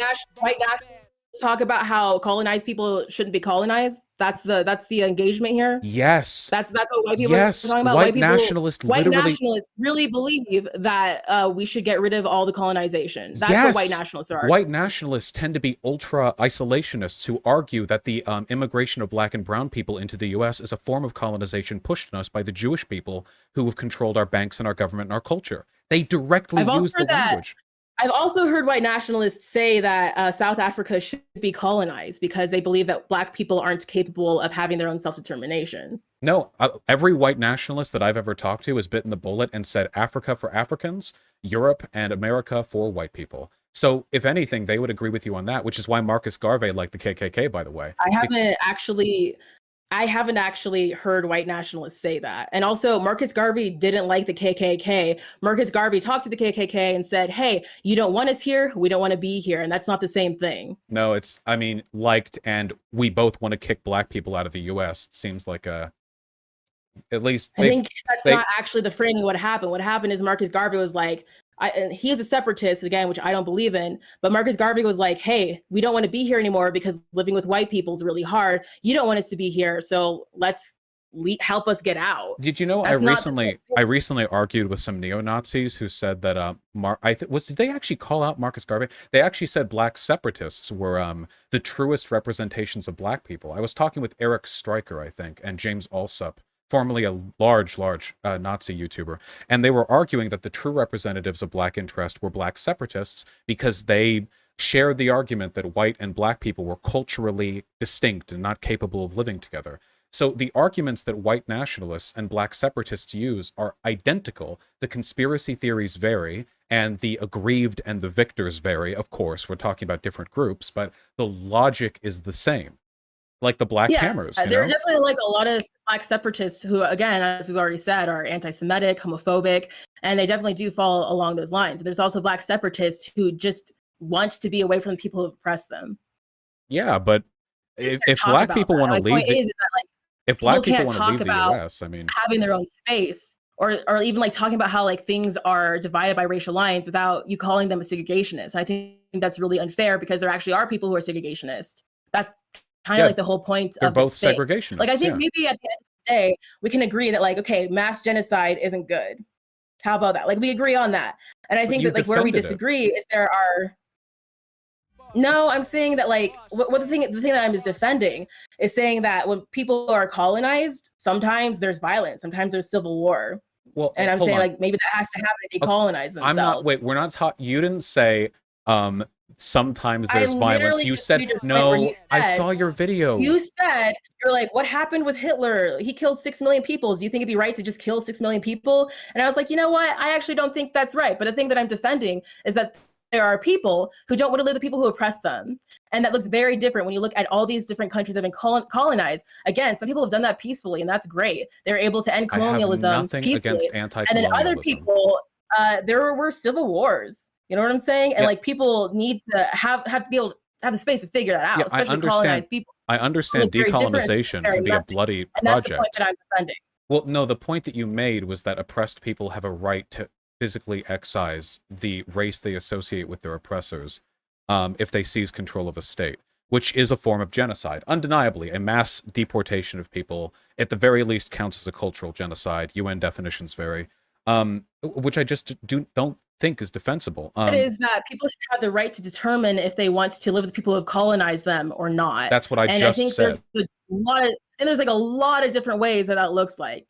There's a lot of different ways that looks like. And I think I probably will draw the line at genocide. How about that? Well, I mean, I think mass genocide deportation. is wrong, but I think there's like a lot of different ways that can look like besides like mass deportation. Like I keep on giving you like a couple of different examples.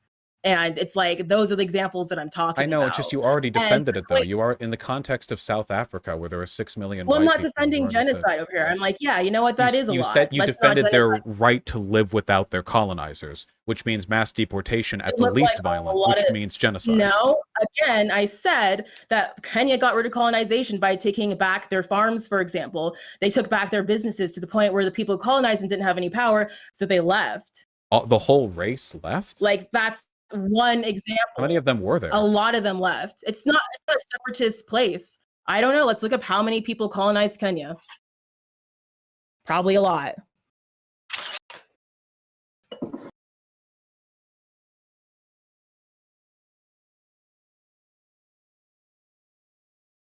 Wikipedia isn't helping me out that much with this one. The whole history of Kenya, huh? Somebody in chat just said 200 million. That seems unlikely to me. I don't know the particulars about Kenya. I'm only saying that genocide is probably pretty bad. And I guess we can agree on that. Stand by that point. Like, yeah, but you really... still do so much racial essentialization. Again, you're like attacking a straw man. It's like, great, we can all agree that genocide is bad. What I'm talking about is that when people decolonize themselves, it looks like a lot of different things, and people have to have the ability to have the conversation, the space to have a conversation. But and there's also an issue. Anyone talks about like racialized issues, like with Noname, for example, Noname will just be like, this tweet isn't for you, while talking with white people, and like, oh, you're a segregationist. It is a segregation. You're just like talking out all these terms. You know what I'm saying? I think I can defend the terms that I use. St. Andrew of wanting to have a race war. I would need to see the context of that. It's like, that is such an extreme. It's in your same video. So you talk about Noname in one video, and then the next video St. Andrew comes on where you and St. Andrew talk about Noname and St. Andrew's and St. Andrew's tweet. It's in that video. It's like you're throwing out all these terms. So it's like, again, okay, genocide's wrong, but you need to understand that like there's the way that people decolonize themselves looks really different, that there are wars even. So And So hold on. that I'm needs to not. be So okay for we're people to moving have off. their own self-determination. We're moving off these points so far and so fast. You're like backpedaling like crazy. We need to address a couple of fundamental I'm not really points. backpedaling. I'm trying to establish First what of I'm all, saying because you're accusing me of saying that I'm cool with genocide, and that's so never a claim that the I made. video. So over the, I don't even need to cite the video. In the course of this conversation, you have explicitly said you would be okay with the deportation of an ethnic minority if they were responsible for colonizing the country. You said that in this convo, so I don't even need to cite anything else. Maybe you moved off that point, in which case, congratulations. You also keep essentializing behavior of white people as a group to white people as individuals, where broader socioeconomic problems that are disproportionately exhibited by white people then become white problems, which again, you would not tolerate if I talked about crime and black people in that way, for good reason, because it's unhelpful and it's racist. Just those two things. I'm okay with people deporting people who have colonized them in the context of colonialism. I'm okay with people who are colonized being like, we need to get rid of the people who have colonized us. Yeah. So right. Yeah. Okay. That's what I said. Cool. So with and Okay, I think great. And then also like essentializing things, like I don't think you understand that like in the creation of the white identity, like that was created as a racist structure. People who profit off of, yeah, again, like I already said, the white identity was created because it didn't used to exist. It was created in the early 1600s to justify colonization and slavery, and then continued to hoard resources from people who are enslaved and colonized, or anyone who wasn't considered white. So there's a way where white people are still profiting off of this racist structure. So when I'm saying that, I'm not actually being racist. I'm talking about history here. Okay, so no, you're not. The fact that historical racism leads to continued socioeconomic benefits for white people, that statement does not necessarily follow into, I think it's okay to morally impugn an entire race of people because they disproportionately do this thing that I don't like. I think that's morally abhorrent. I think that's racist. I mean, that's not what I'm talking about. Okay, wait, please, we're going in circles. Look, specifically colonial. I'm not saying like, like I just don't like them. They do things I don't like, so let's just get rid of them. I'm talking about places that have been colonized. Okay, being able to get rid of people who colonize them. Okay, I don't know if we're going to find any more agreement on this particular subject. The only thing that I guess bugs me at the end of this is that I think that not only is your logic almost identical to a lot of white nationalists that I've talked to, you're actually more mask off than they're willing to be, you know?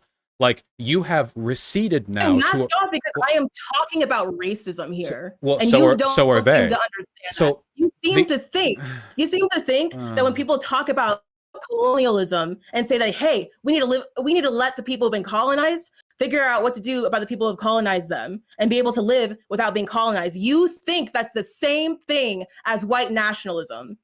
You are doing it right now. You can't concede that there is more nuance here than just it being white nationalism. So if it leads to racial essentialism, that then leads to the creation of an ethno-state, then yeah, I would say that's essentially white nationalism, except obviously it's not for white people. I mean, the term black nationalism, inarticulate as it may be, you know, black separatism, whatever you want to go with.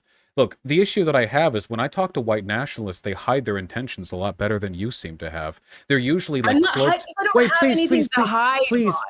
I don't have anything they cloak their talking points in metaphor and dog whistle. You know, usually they talk about how they don't have a problem with any of the races. They don't think anyone is worse or better than the others. They just think that we have different cultures. But your obsequious insistence on racial essentialization for thee, but not for me, is really, I mean, God, I just want to ask, do you think it's possible that you may have internalized some of the logic of racism, but you might be just reversing it a little bit? Do you think it's possible that you might actually be misunderstanding what I'm saying? Because I am saying that white people still benefit off of a structure, and that's a problem. I agree with that, but I don't think that means you can just racially deal with. Yeah, but you can deal with it without racially essentializing white people. It's okay to attack the structure, not races of people. So I think for a lot of countries, attacking the structure of colonialism means dealing with the white people who have colonized it. So, okay, the problem is, this is also what modern Nazis say about Jews in America. Did you know that a lot of our political structure wait, Is hold on. that unfair to say? Did you Is know that that? unfair to say that the white people who have colonized those countries Okay, is need it to be okay? decolonized? Hold on. So Is that so wild to say okay, that I'm a you're white not nationalist right now? okay. So this is the logic that every group of people I argue against uses. The Nazis will say, "Is it so ridiculous for me to point out disproportionate Jewish representation in media and politics?" Which, by the way, is real. There are a lot of them there for complicated reasons, but you don't seem But to why care. are they doing that, Hold on. Vaush? They're doing that because they have an ignorant racism towards Jewish people. Why are colonized people trying Hold to on. figure out how to You decolonize need to. themselves? Okay, you need to hold It's a on. different So, context. so while Jewish people in America are certainly an oppressed minority in many, many respects, there are elements of disproportionate control that they enjoy. So looking at that, Nazis will say, well, is it so wrong for us to want to free ourselves from the colonizing influence of this ethnic group with an oppressive and a colonial set of intentions for our people? This is the logic they all use, and it all stems, all of it, 100% from what you're doing and I don't.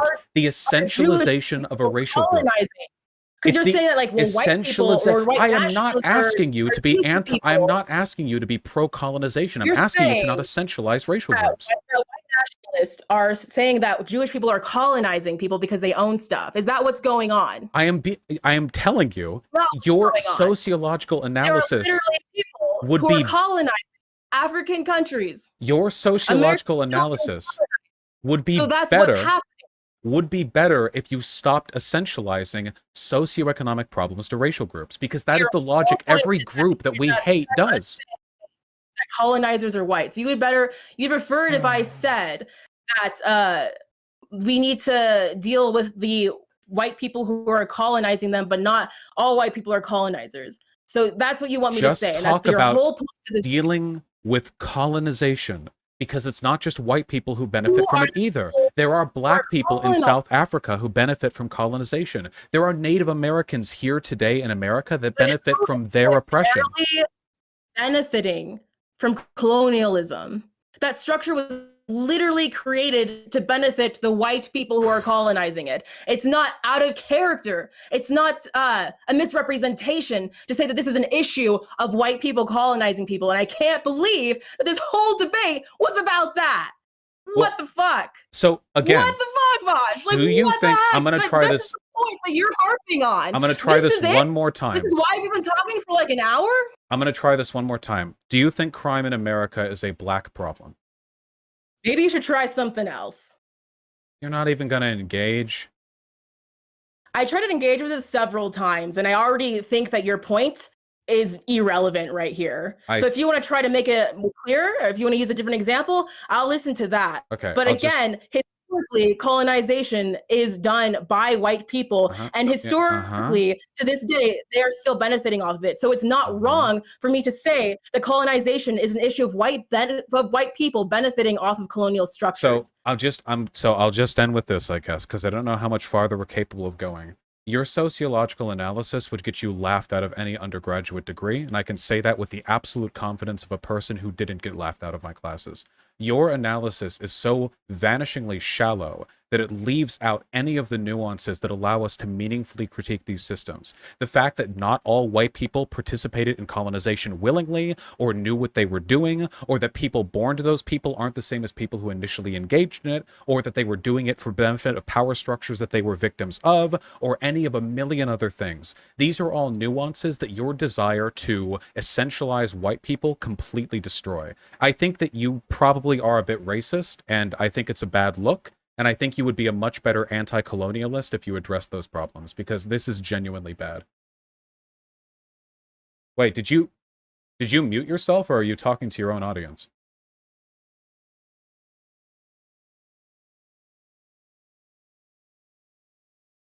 Well, I guess that's about as clean of a finisher as we're getting to this one, huh? Wait, I didn't mute her. I didn't touch anything. I didn't mute. I know I get accused of... Wait, why... Don't you raise your hands. What do you... I didn't mute. What do you mean? Can you hear me? Okay, you can hear me, but I can't.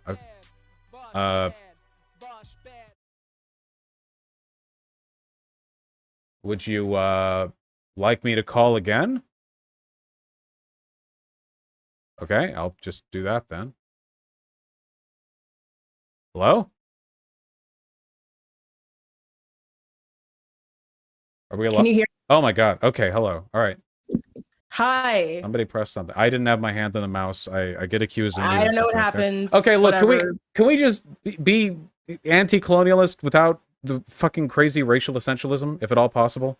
It's not. I just don't think it's crazy to say that there's an issue of colonialism with white people. But Like, I okay, just do you think there's an issue of crime with black people? Why?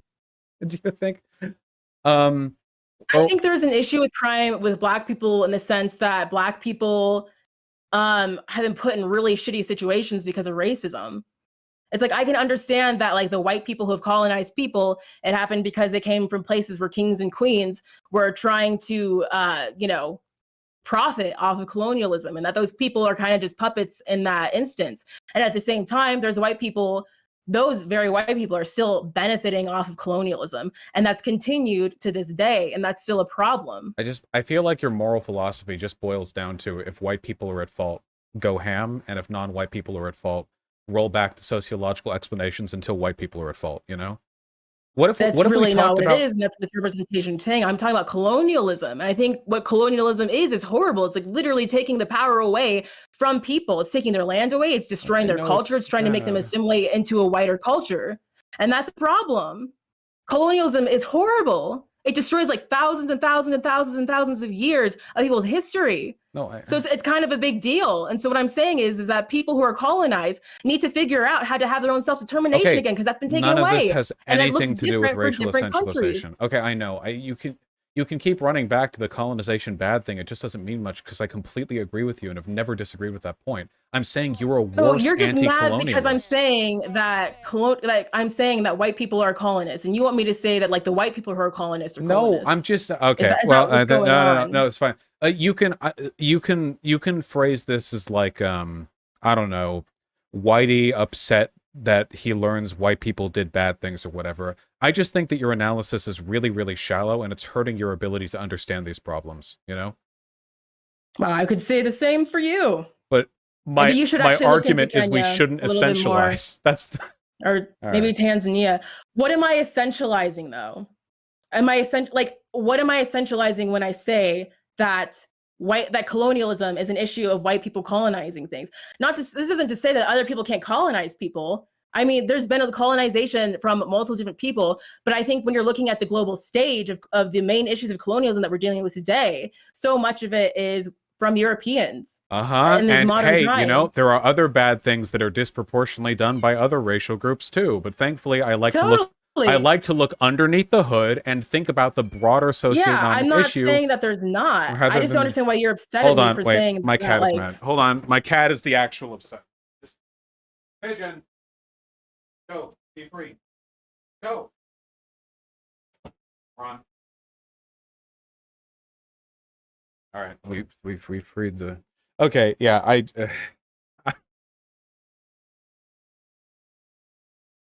So how many brownie points did we get? You got one because earlier you were talking about how in a different video you were saying that you platformed a creator 1/30th of your size, so you got a brownie point for that. Do you feel platformed right now? Not much else, sadly. Oh.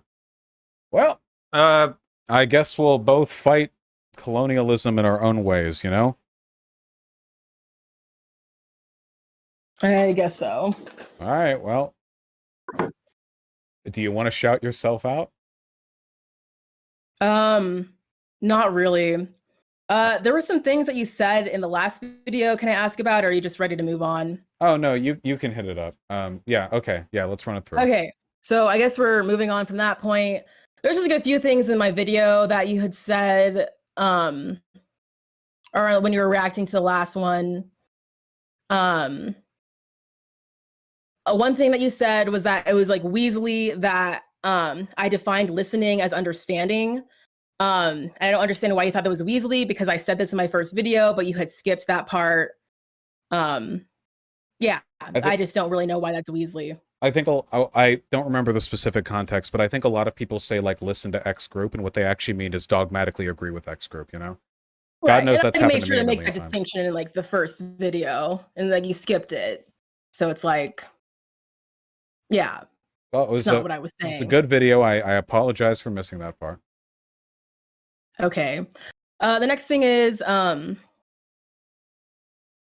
I didn't say that all ridicule black people. Oh yeah. So another thing is that you say that all ridiculing of black people is racist, and I made sure to say that a lot of times when white people ridicule black people, it is racist.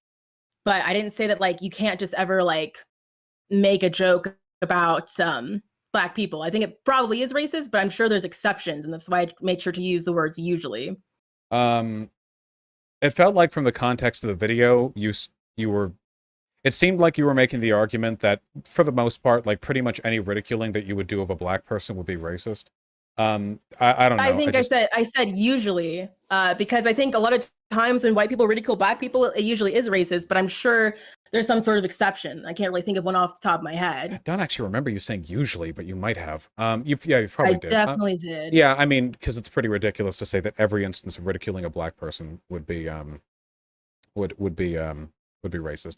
I don't know. I feel like the boundary is drawn somewhat arbitrarily. Lord knows I've been called racist for saying things that I do not think are racist. So the cancel culture mob is run amok, etc., etc. Okay. And one of the last things I wanted to talk about is like you accused me of pearl clutching because I said that you're making this place hostile for a number of black people. And yeah, I just really wanted to say, fuck you, you are. Is out of curiosity, how much harassment have you gotten from my community? I've got a lot of comments. I don't really know how to quantify that, It's just but I enough often for it to be upsetting. I often get accused of like having a really bad community and that like I send people to harass, but I honestly feel like, I mean, I have a huge community. If I wanted to, I could bury a smaller channel, but it's never happened. I feel like my community is generally pretty good, you know? Um, I don't know if I make this like hostile to anyone, really. I, I even people who I openly strongly dislike, like Bad Empanada or Thought Slime, I'm pretty sure like they don't really get anything from me, you know? Uh, they do. Yeah, they actually totally do. I would I guess I'd need to see how much. It's inevitable that there's going to be some kind of backwash to that, but I It's like really whenever this stuff happens, there's like a wave of your fans and audience just like shitting on people. but It's like is it whenever someone disagrees with you, there's like all these people who are like really angry and accusing you of things that aren't really happening. is it There's people who like harassment are or is it turning. criticism though? Because usually when I see people like the screenshots come out of my community, it's like, I think this is a bad video, Vaush good. Which, while it may be annoying, I don't necessarily know if that's shitting on you. That just seems like the sort of thing that YouTubers do. When you say like making it intolerable for black content creators, I feel like the implication is that like anytime a black person disagrees with me, their whole channel gets swamped with racism or something, which definitely doesn't happen. I mean, like just in the examples that I've given, like for example, like St. Andrew, who you like really believe is a racist, like because this person and it's about Noname's tweet where Noname's like, this content isn't for you. And St. Andrew tries to talk about that. You, in that conversation, like you accuse St. Andrew of starting a race war, of being a segregationist, of being anti-black, of being pro-white. And then your audience sees that and they're like, oh yeah, fuck this person. People are going to watch this video of me talking with you and they're like, oh yeah, fuck this person. This person's basically a separatist who wants to have mass genocide. Like, that's their takeaway. My point is that when you have these arguments with people, it doesn't actually end up representing what they're saying. And so anyone that you disagree with, because you're just comparing them to white nationalists willy-nilly, is making things very toxic for a number of black people who disagree with you. But I It's going to stand be fucked by. up for me.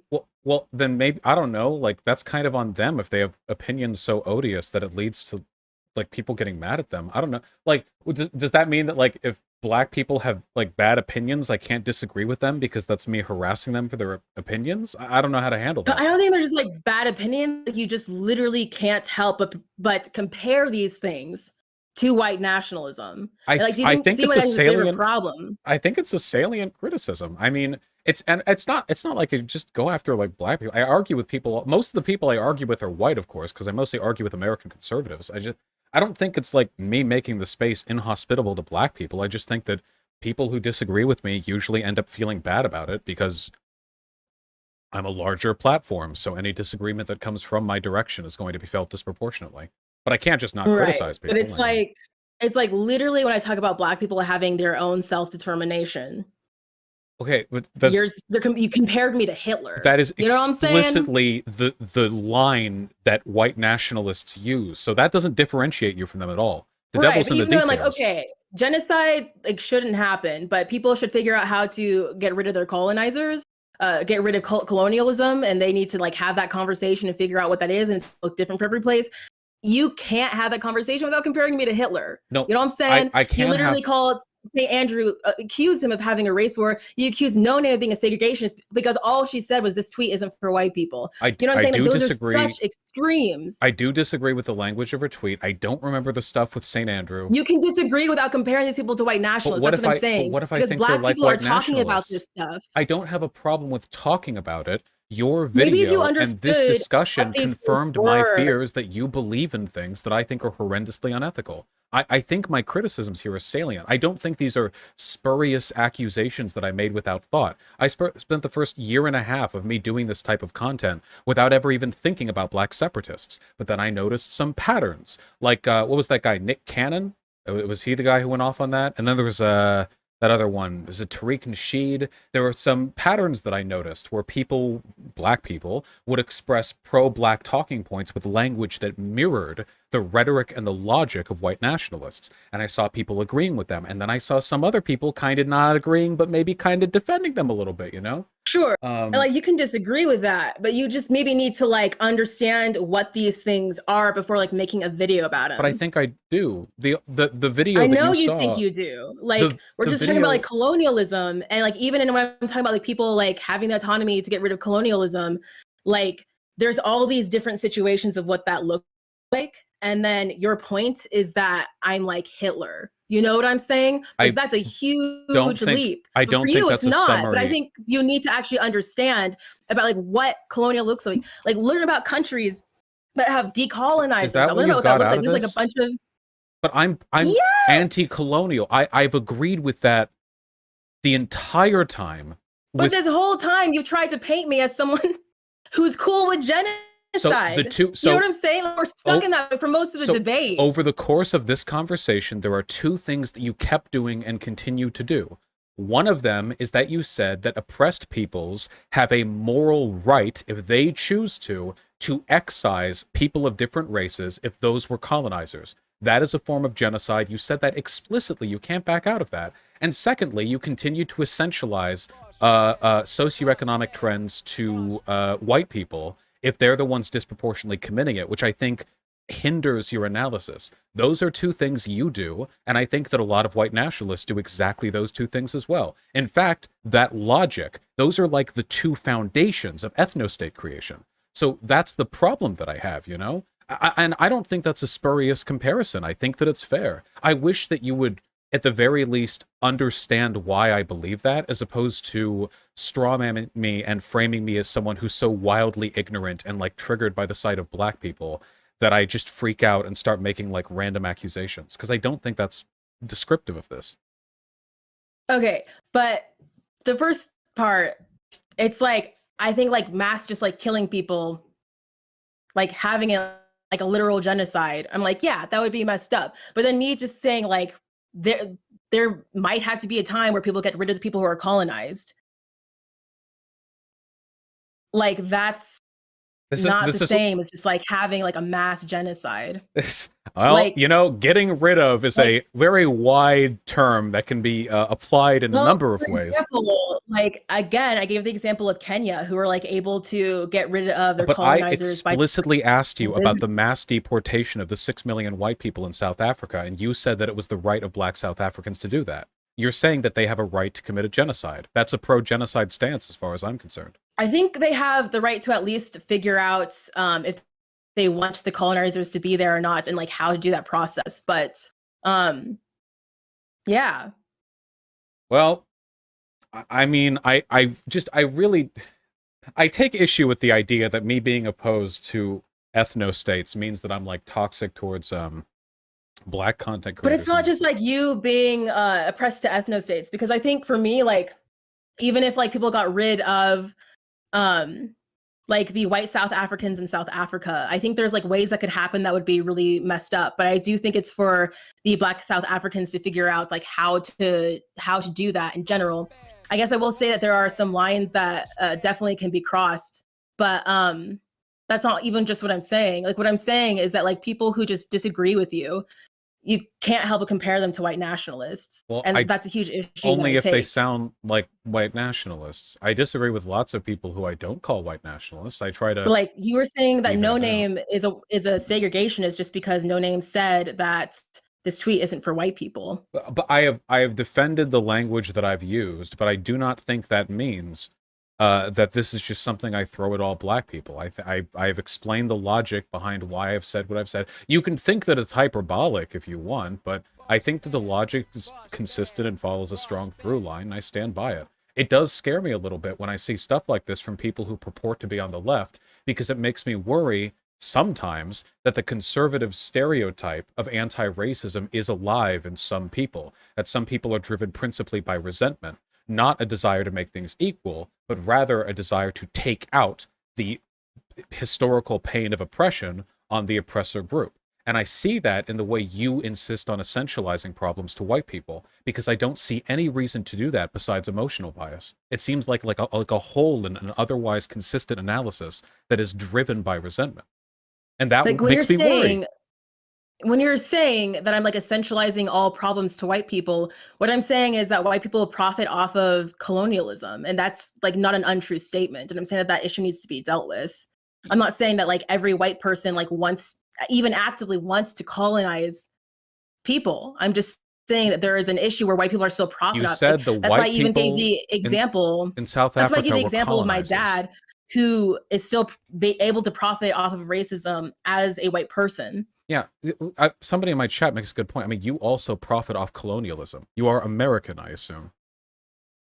Yes, I'm American, but I still have to deal with racism. Like there's ways you can profit off of it, but I find So wait, racism but to, that's and that's a colonialism to be what? extremely Well, oppressive. well, you can't be like, oh, it's okay for me to be a colonizer if I'm also a victim of racism, can you? If you want to like go out and be, No, this is why I'm saying like indigenous people, like in my opinion, I think that they should like decide what to do with their own land, and I don't think that's just in regards to white people. well, I what? don't Well, think they would yeah, what take literally all of their lands back, but white South Africans are victims of classism, and the female white South Africans are victims of sexism, and the trans white South Africans are victims of transphobia. So maybe it's okay for them to be colonizers in South Africa as well because they have another intersectional axis to protect them from the consequences?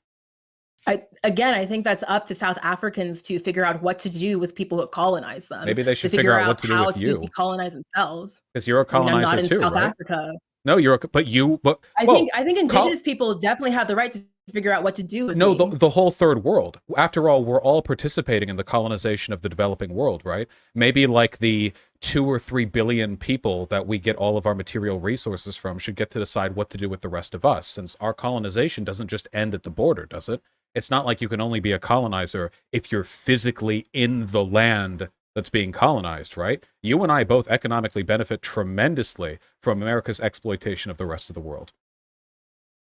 Yeah, I don't understand why that would also be bad for like the people who are exploited to figure out what to do about their exploitation from us. Like if people were like, I don't want to like let's try to create an economic system where we don't have to be exploited by America. Like I don't understand why that would be an issue. What if they want Westerners to leave the planet because we've engaged in too much global colonization?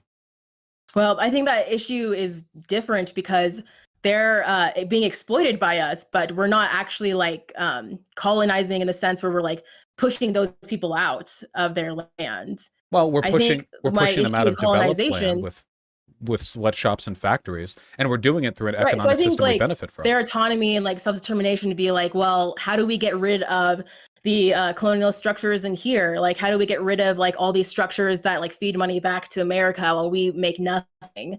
I think in that situation, like they should have the right to determine that. Shouldn't they And have I a right think to with the determine issue, whether or not to share the planet with their colonizers? I mean, should they just, so even if they take back their country, the people in these colonized countries just have to live with the permanent indignity and economic inequality of living on a planet that has countries like America and England as well? no, I don't understand what you're getting at. Well, I mean, I our don't presence understand here like continues to take away from them. The carbons that we belch out into the air, the resources that we take from the rest of the world, our presence in geopolitical weight. It seems like the most ethical way to handle all of this is to find the single most oppressed person on Earth, like a disabled trans woman somewhere in Bangladesh, and ask them if they want to nuke the rest of the planet. It just seems to me like your logic is like a fundamentally about really strange retaliation. slippery slope fallacy. Like I'm saying that colonized people should have the autonomy to decolonize themselves. And you're saying that we should find the most oppressed person in the world and ask them if we should nuke someone. Like, do you see how that's not the same thing?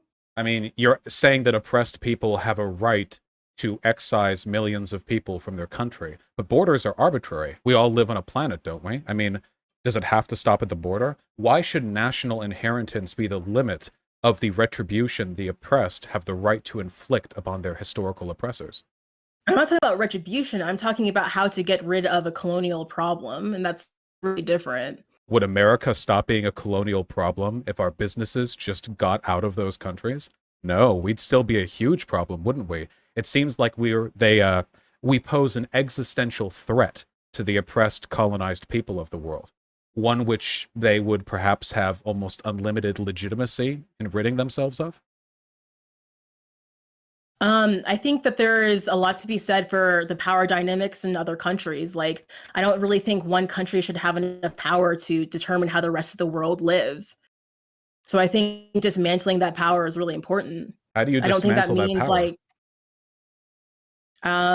I think like you could try to perhaps like push for socialism. Like if every country was socialism, I think that would lead to a more equitable outlook of things. But how to dismantle the power that America has over everyone. I mean, there's so many issues. Like, I don't even know where to begin to I'm a answer that question. big fan The of question of socialism. imperialism. But what if they felt the only way to really do it was with unrequited nuclear warfare?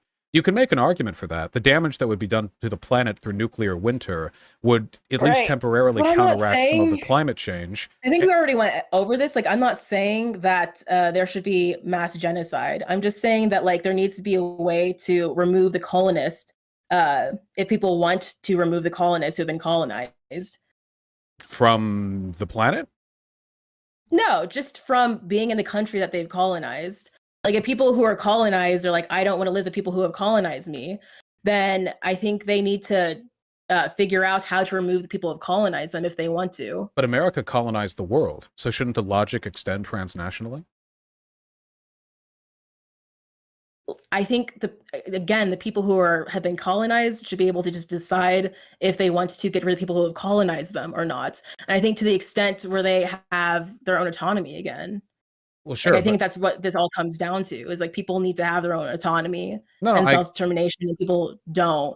And so like that's really like I guess the extent of what I'm saying. I agree with that. I'm just saying that in the modern And like economic age, we aren't what's like our we don't do problem? colonization by sending like boats over to colonize lands or anything like that. We do it through a complicated, geopolitical system of trade and power differentials. So with all that, it seems like there's no way to actually remove the colonizer. You said before that war could be justified if there were no alternatives. If you couldn't remove Americans from the planet, I mean, do you think Like that you the don't need third to world would remove have a right? Americans from the planet though in order to get rid of their economic power over countries. Well, Like what if the I'm just oppressed thinking of like a people number of ways. Like what if there were like laws put in place where it's like this level of exploitation can't happen for starters? what if the Like oppressed there's like ways people where like African countries are like heavily exploited where like they're like in huge debt where like the inflation of the debt's too high for them to be able to pay it back and there's like no laws protecting them so really. So they're just gonna forever stay in debt. what if It's the like you could try to like make laws to get rid of the amount of debt that they had. For example, that's just like one example off the top of my head. no, For I like get people that. who are where we're like exploiting people's labor, we could just there could be like laws where it's like you can't, like you have to have like these level of working conditions and you can't exploit labor in these ways. Like I don't understand. Like I feel like you're trying to make a slippery slope of No, like no, no. I'm not trying to make a people who are slippery slope. colonized can't get rid of I'm their just testing. colonizers, so therefore da da da. I'm testing the limits of the logic. So my question, this is the last one then, is if the third world decided they could do that, but it probably wouldn't work. The only way to truly succeed would be global conquest through military or nuclear arms. Do you think that would be defensible as a sort of final way of eliminating the colonization? Can you say that again? If the third world, the oppressed peoples of the world, realized that nothing would really work except for like planetary conquest through nukes or through invasion, that the only way to free themselves from colonization would be to simply encompass the world in their own power. Do you think that would be a defensible thing to do, or do you think they should simply wallow in their global imperialism, unable to strike back? Let's see. Let me say back what you're saying because I keep on losing your train of thought. So you're saying that if third world people had the rights to nuke people or wallow, or the other decision is to wallow in their like colonized place. If they felt there was no way to address global colonialism without some kind of radical military or nuclear solution to the rest of the world. Well, I think that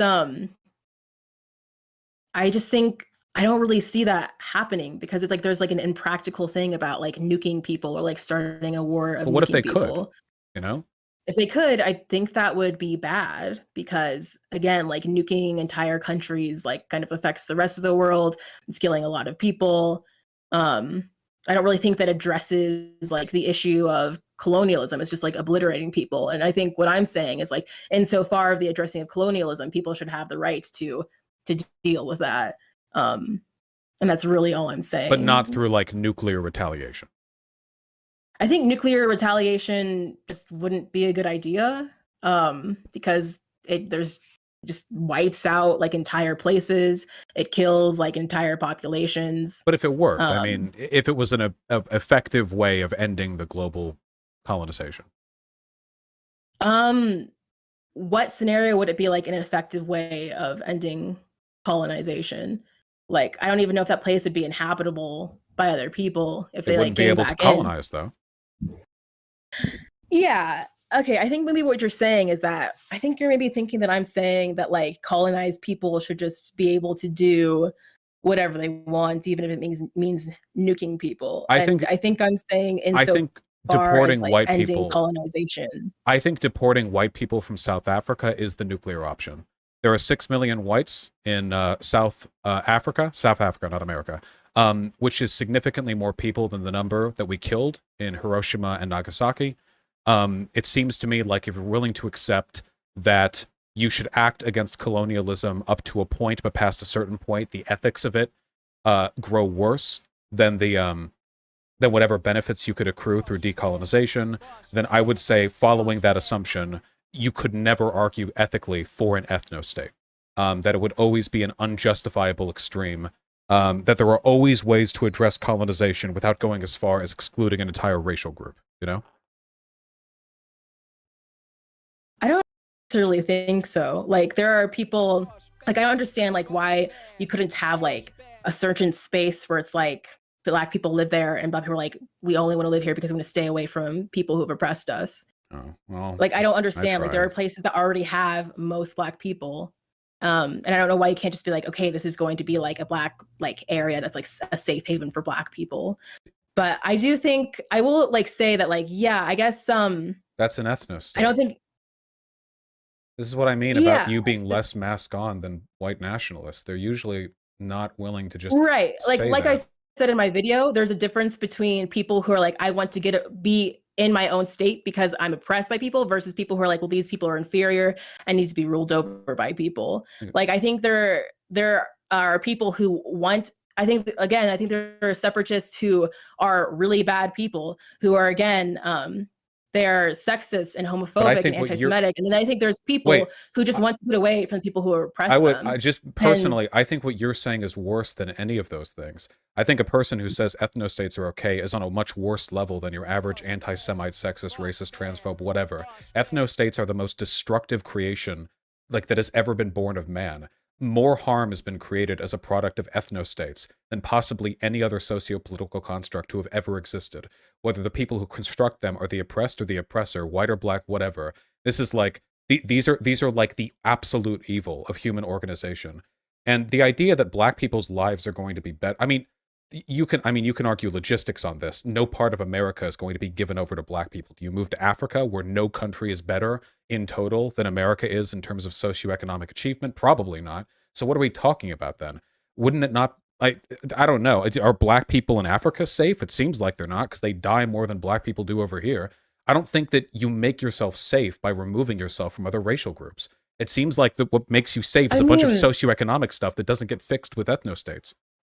I mean, people who want to be away from their oppressors, I don't understand like why that sentiment in itself is bad. Like why do black people have to integrate with white people? Like if black people don't want to do that because they're tired of dealing with oppression, This is what and they white do that in a nationalists way and they say. do that in a way that's not hurting people, like why is that But bad? ethno-states always hurt people every time. We could we can. I mean, we can talk about mixed-raced people. What if a person who's black in a black ethno-state falls in love with a white person? Can they raise mixed children in a black ethno-state? Do they have to leave? Are they excised? Can their child leave? Or is their child going to be taken from them? How far do you go that down? 1/2 black, 1/4 black, 1/8 black? Do the police come? Do they show up? Is miscegenation banned in these areas? To what extent are cultural affects banned? Is white TV allowed in a black ethno-state? Because ethno-states tend to be pretty protective of the perceived culture of a racial group. What happens to people of different cultures who come in there? What if there are black people who disagree with the values of the black people in the ethno-state that were created? Black Americans and black Africans are nothing alike because one of them are Americans and the other Africans. Black Africans aren't like black Africans. There's a fuck ton of stuff going on over there. Ethno-states are fundamentally destructive. And all of this because what? You want to avoid microaggressions with white people? If you're talking about broader systemic racism, then you're not going to escape that by leaving the country. Trust me, American white supremacy is global. So you're not saving yourself from that. The only thing you're saving from is the rigmarole of watching white people fail to jump and dance poorly. And what, be interpersonally rude? Is that like worth the ethno-state? Systemic racism will carry across the border of the ethno-state. We're really just talking about microaggressions and the occasional hate crime, which are really bad, but again, an ethno-state?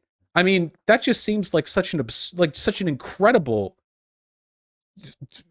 wild direction to go in. What if white I people mean, live I in think it America? is a very incredible, wild direction to go in. But I think my point is that I can understand why people are so fed up with racism that they don't want to be around white people. And I think that if they're, I think that people who are saying that their pain needs to be understood instead of just calling them a white nationalist. Like, I think you need to understand why there are people who are so frustrated with racism that they want to go into a place where they can get away from that. It's like what an ethno state would actually look like. I don't know. I guess in my opinion, it does sound really shitty. Like I don't want to just like have to only force people to have to only date black people if they don't want to do that. But I think my point with that is that people who want to be away from their oppressors and like have that space should be able to. And there's a way where people are trying to talk about that, Why not just hang out where with other they're black painted people? as, I mean, people do that. Yeah, but like, And there's people like we're still like in a white supremacist country. It's but like you, people want to live in a place where they're not living in a place ruled by white supremacism. And I can understand that. And that's my point about that. but Like I that's don't think our yeah, domination and is that's my point global. about that. I don't really understand. Like you can't. I'm sorry, you can't escape whitey, man. You know this because we've been talking about it for 2 hours. You can make a black ethno state all you want, but your economy is going to be buckled under the knee of America, which will, by the way, be an all-white America now, apparently, or at the very least, majority white. That's not going to make us any I less mean, just racist. because That's somebody not like going to made a help. portion of land black ethno state doesn't mean that like all of America would be white. And that's not even It'd what be I'm more white. advocating for. There'd be proportionally more white people than there are now, and we know how Maybe. groups of people vote. I don't even know if black people would go for that. Like I think there's a very like I think the people that you're talking about who do want like their own black ethno-state are like a very small percentage of people. That is Like true. even when you like look at people who decolonize people have decolonized their countries, like they just want the colonizers to not have power and to like mostly leave and like be able to have control over their own country. Like all the examples that you've talked about in this debate are like the most extreme examples that like probably aren't going to happen. Yeah, well, And that's I why will it say that like sucks when I see it online, and I get I think called there are anti-black for this. well the thing is like there are so many things where like that's just not what people are saying. Like people are saying like I want my own space with black people and then you call them a segregationist. People are By saying that definition, like segregation. I can understand like why there's you know people who don't want to live with their oppressors and then all of a sudden like you're comparing them to Hitler. Well, And what I'm because saying is that these conversations like need to have more nuance than just comparing people to white nationalists and black nationalists. Like the what fact that you're we spent this saying whole is, conversation talking about how like I'm like Hitler and talking about how like no matter what these are ideas are going to be like white but nationalism. the I just ideas don't you're think is sharing very are, nuanced and like able to look at uh, these issues that like black people are bringing up. but the I don't nuance think that you you're can look at bringing them with up is, nuance. yeah, it's basically the same, except we're oppressed, so it's okay when we do it. That's basically been like the nuance that you keep touching on. These are the same arguments. I mean, And I've talked to so many I white don't really nationalists, think so so. I Like speak I think with that great confidence when I say that, you know? like I will agree that like okay, like mass genocide, that's fucked up. Mass deportation, I think depending on how like people are thinking of like deporting people who have colonized them, I'm not really sure what that would look like. I definitely think that can be a line that's crossed. But ultimately, what I'm just trying to say is that people who are colonized need to be able to get rid of the people who have colonized them, to be able to have their own power back. I'm just saying And that I looks mean, you very can talk different. about that, but when you talk mass deportation, then it turns out all the countries bordering yours don't want to accept millions of refugees. Then you start having conversations about where you're going to put all these people that you had lined at the border. You build camps to hold them and train yards to make sure supplies can be reached from those places. And eventually, it's not like this only happened in Germany, you know. The mass like state execution of populations is not like I exclusively mean, a white people I thing. think I'm agreeing with you there actually. Like I think I'm saying that like yeah, okay, mass deportation actually sounds pretty shitty.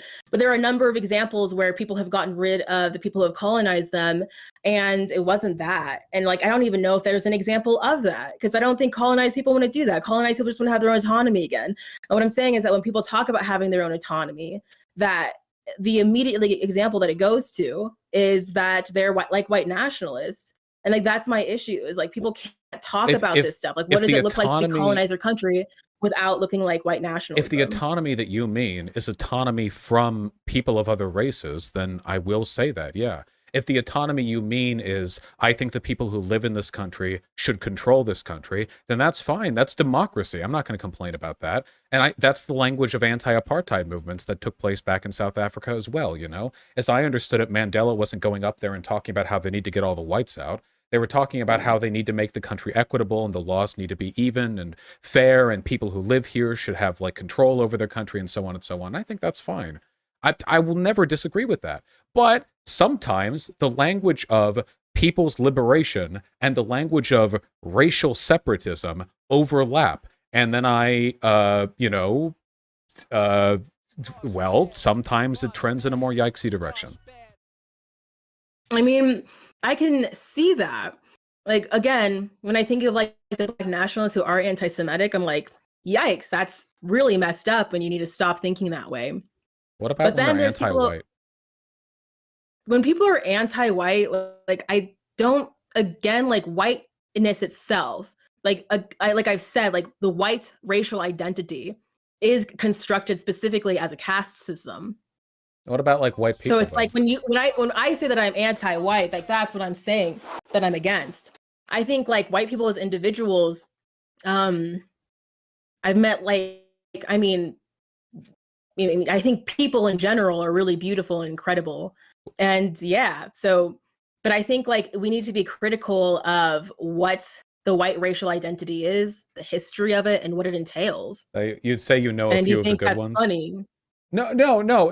No. I not a few critique of the good ones. I whiteness. think that like people are really incredible. I think no matter where you look, you're going to find incredible, beautiful people. And I think that white people have an issue of racism at the same time. Like, I don't think racism is about just being an entirely bad person. I think it's about being a part of this long history and being in the middle of that. I was just wondering how you felt about black people who were racist against white people. Not Well, whiteness, I but think being anti-white, at least in the way that I'm describing, where it's being critical of the existence of like of the white category of white people, how that was created as a caste system, I don't think that's racist. And I think a lot of times when people say they're anti-white, like that's what they're talking about. I don't really know of anyone who's like, I'm anti-white because like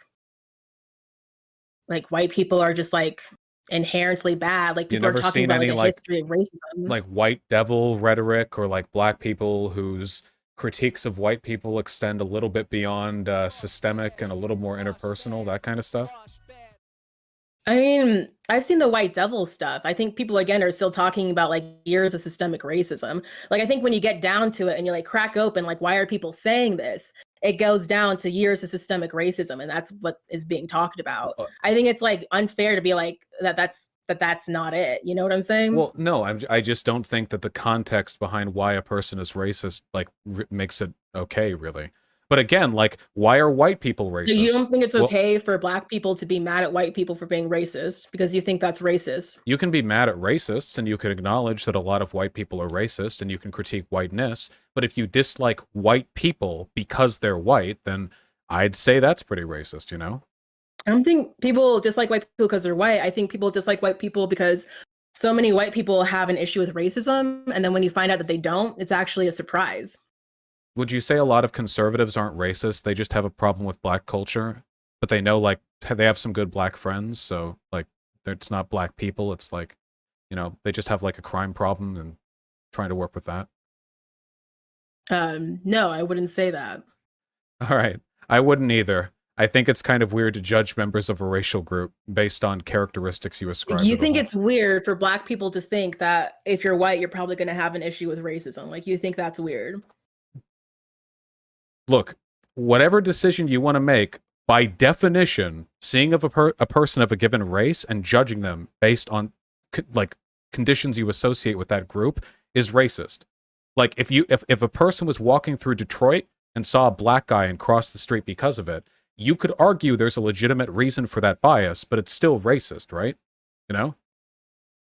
Right. But when white people have a racial bias against black people, it's coming from like years of dehumanizing black people. It's like racial stereotypes that were created where these white people don't actually know any black people. And when black people are criticizing white people for their racism, it comes from like knowing white people, having the experiences like after experience of racism from white people. It's a very different context. And that's kind of my point here is like the context of But why it's these still things are bad. being said is really different. Why is it bad for a black person to not want to be around a white person because they think that they might be racist? Like, why is that bad? Like, why does a black person owe that white person their time to determine if they're racist or not? Do you see how this logic could be used against a lot of other racial groups? I think it can be used if you ignore the context of systemic But racism. the I think if context doesn't you pretend that change the systemic reality. racism, But it this is what I mean. does. You've done this Context matters. Like the whole convo. We've done this the too. whole convo, I've been like, the context matters. It's That's not that why there's the not a double context does standard. matter. The context doesn't excuse. So you keep saying stuff like, "Okay, Why we does the context of systemic racism not excuse this? Why does that not excuse that there are black people who don't want to talk to white people because of racism? Why does that context not matter? okay, fine. How about this one? Do you think it's racist for a No, gay white no, person? answer the question. Why does it not matter? The context You made me matters when answer your questions, and then you told me that I don't understand and can't listen. the And then you context. like, inferred that I was like stupid or something. Said that I was laughed out of my No, college classes when no. I'm an honor student. I think you're. Answer my question. How I think about you're. that? I think you're racist, not stupid. I think that So the context is important when it comes to understanding these issues, but I don't think that makes it okay for an oppressed person to be racist. I can give you another example. Do you think Why it's is racist? it racist when a black person has experienced racism time and time again from white people, and they're like, you know what? I just don't want to be around white people because I keep on having this experience of racist. What about Why white people is who've that gotten mugged by racist? black people multiple times and don't want to have that experience again? I think it's fine if you've been mugged by black people multiple times. You don't want to have that experience. So you stop being around black people? You don't want to be around like black neighborhoods anymore because you think they're like dangerous? Are you okay with that? Because if Right. you are, But you're being not all consistent. most black people aren't going to actually mug you, though, is the thing. And I I don't think think most most white white people, people are going to be most white people have an issue with racism. Yes. have an issue with isn't necessarily this. There's a big Most difference white between people are not being fully racist. That's what familiar. I'm saying. There's a big difference between being directly interpersonally racist and having like complicated sociological biases as a product of growing up in a racist society. Look, That is racism. Yes, having complicated oh, sorry. racial biases because you grew up in a racial society is racism. Yes, As is that's a part of wanting to racism avoid too. white people because you think they're racist. Look, do you think it's okay for a white I just don't even. I can't yeah, believe because that I'm like arguing what racism is. no, but the thing is, you aren't even distinguishing between these two things. The only thing you're saying is it's okay when black people do it because we're oppressed. That's been your No, answer to no. everything we've said. My distinguishment is that there's systemic racism. My distinguishment Wait, is but there's a that when difference black between people don't systemic want to be racism and racism. around. I'm not talking about Yeah, systemic so racism. I'm saying that when black people, well, I'm talking about systemic racism, which is like the point of what we're talking about when we talk about racism. We're talking No, about they're both racism, we're not just relevant. talking about people being rude.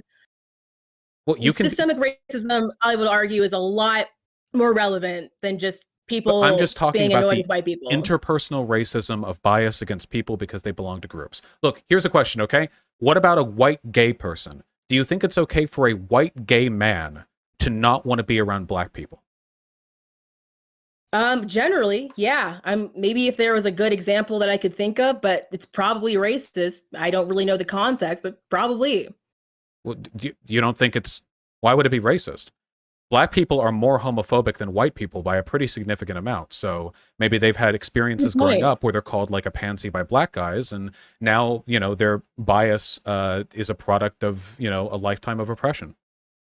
Yeah, I mean, I think in that context, like if you're a gay person and like you've been around black people and they're like then really homophobic, I think that's valid. Like I said, I can't think of. I'm sure there's exceptions to it being racist, and you just thought of one, in my opinion. Okay, so I guess you think racism is okay as long as it's being justified in the context of oppression? No, I don't think that racism is okay if it's in the context of oppression. I think that people have these experiences of systemic oppression, and not wanting to have those experiences anymore is valid. Like in the example of a gay person not wanting to be around like black people who are homophobic. I think there is a rampant issue of homophobia among a lot of black people. And it's like this person just doesn't want to face systemic oppression anymore. Okay. And I think What about TERFs, trans exclusionary radical feminists, many of whom are victims of sexual violence from men, and as a product of oppression they've experienced, sexism they've experienced from men, they think that trans women are infiltrators trying to break up their spaces and make them more vulnerable to assault in the future. Do you think that it's okay for TERFs to be transphobic? No, I think that's like mischaracterizing trans people. I don't think most trans people are doing that. I don't think most black people are homophobic, most white people are racist, or most black people are criminals. That's never been a problem before. I think there's like a lot of issues of homophobia with black people, but I guess there are a lot of black people who aren't. And there So are a I think lot my of point is like then there are a issue with lot like of gay people. male-bodied people who If there's attack a gay women. person who like doesn't want to experience homophobia and is like, I've experienced homophobia a lot, and they want to avoid that situation, I think it's really different than like a person who doesn't want to interact with people because like they think that like all black people are thugs based on a stereotype. But what about the wait, it's not a stereotype that people who are assigned male at birth are way more likely to engage in sexual violence against women. That's not a stereotype at all. That's a mathematical No, I'm fact talking borne out in about the data. stereotype of black people being thugs. No, Like I know, there's but all these stereotypes that people have about black people, not from knowing them. no, And I right. think if someone wants to like avoid a situation where like they could be homophobic, experience homophobia, like I can understand that. So, but are TERFs justified then? Because their bigotry is a product of a lifetime of sociological oppression against them from for the most part, male-bodied people. So they take that and they internalize that and they beam that back out at everyone who's male-bodied, trans women and Are you cis men. saying that? Uh, but like, is the demographic of people that they're experiencing violence from trans people? Well, in the past, you haven't cared about how likely it is that you experience any of the group stereotypes that you're assigning. You've just said that it's okay as long as the bias is a product of sociological oppression, which TERFs, because most of them are women, have experienced. So I'm testing your consistency here because TERFs are an example of an oppressed group of people, assuming they're women, who use their experience of oppression to attack another marginalized group. I think it's wrong. Like, for example, like if I think an example of like a gay person, if like a gay person just started saying like all black people are homophobic, I think that would be a very racist statement. But I think if you're saying like I've had the experience of being in black spaces where black people are homophobic and I don't want to be around that, I think that's a different story. I don't think it's like fair for TERFs to paint trans people as people who are attackers when that's just not what trans people are. So, well, I'm sure some I think like the trans point people that I'm are talking attackers. about is systemic racism, where it's like there are structures in place that have empowered people to oppress people. Like there's systemic structures that make it really hard for people to be trans without just getting oppressed. There's systemic structures that just make it hard to be black, and that's like built into our system. And hard to and be a that's like woman. the point of what we're talking. And so hard wait, to be a woman. There's like all these things can where I it's like there's can like I ask you then? racism. Let me just finish this thought. Right. Is that okay? So it's like there's all these structures that make it really hard to exist as a person. And so my point is that like the homophobia or racism or da-da-da-da, like the point that we're talking about is or the oppression that we're talking about are people having to deal with this systemic oppression. It's like if it's not coming from like these systems of structures that have like gone on for hundreds of years, then people just being rude or da-da-da is still unpleasant, but it's not the same thing as having to deal with these systems of oppression. But it's still and bad. That's how I'm differentiating it. It's still bad to be bigoted, even if you're not reinforcing systemic oppression, right? Well, I think my point is that like bigotry, the main issue with it is that it's enforcing systemic oppression. And I think there's bigotries that don't do that, that are still looked down on. But I generally, when I think people being bigoted, I think of them being sexist or homophobic or racist or da-da-da-da. Like those people are enforcing like these systems of oppression. And like that's what's so egregious about it, is that we're fighting the system constantly. I think this fits, I don't know, the profile perfectly, because it doesn't seem like you care very much about like people in power. The concept, like to you, it's dualistic. There's the oppressor and the oppressed, and action against the oppressor is implicitly more justified, just like contextualized through nuance, whereas any action done the other way around is essentialized, direct, and for which all members of that group are morally culpable. This to me is basically the conservative stereotype of leftism. Is it really that wrong to say it's wrong for black people to be racist against white people? Or like, not all white people in South Africa are colonized or whatever else? It just seems like you jump through so many hoops, so you never let go of that one point you want to hold on to, which is the inherent moral inferiority of the oppressor, or to be more accurate, members of the oppressor group. But in reality, I am no more morally culpable for any of these systems than any other person who lives in my country, oppressed or oppressor. We're born into them. That's how systems work. I'm not the president. I don't think you are. We don't control them directly. We're affected by them. And types of analysis like what you're engaging in are like second wave feminists here. Modern intersectional analysis is the reason why, for example, we're capable of recognizing that feminism is for men too, because men suffer from a lot of patriarchal stereotypes, or how white people can actually be harmed by the legacy of colonialism, because in a way, racism was used as an apparatus to justify the economics of bourgeoisie control. If you look at it a little bit past like oppressor oppressed, you realize that there are underlying systems that have so little to do with like the interpersonal. And that's why, given all of that, I just feel like we have to take a step back, like take a deep breath and go like, yeah, some black people basically are just doing racism, but from the other side. Not most of them, very few, but it happens. Yeah, there are women who just hate men. they're a minority, but they exist. Yeah, this, yeah, that. And we can just take a deep breath. And once we get that acknowledgement out of the way, we can work on the real meaningful project of fixing all the problems people are so mad about, you know? So you're saying that if we can like admit that there are women who hate men, just like in general, that we can like finally work on the real issue. On the left, I unironically think a lot of people need to acknowledge that fact because pretending that doesn't exist is what kept the left from recognizing the threats of TERFs for so long. TERFs have been around for a while, but the online left didn't even acknowledge their existence for ages because all of the obvious behavioral patterns of their oppression, like constantly judging male-bodied people, were so evident to real activists, but so invisible to people who were afraid of criticizing women. So you're saying that like we need to defend or not defend. You're saying that we should have been critical of women who arbitrarily hate men because it just allowed TERFs to grow because we weren't critical of them. Yeah. Well, also they hate men, which sucks because dudes rock, you know? Hmm.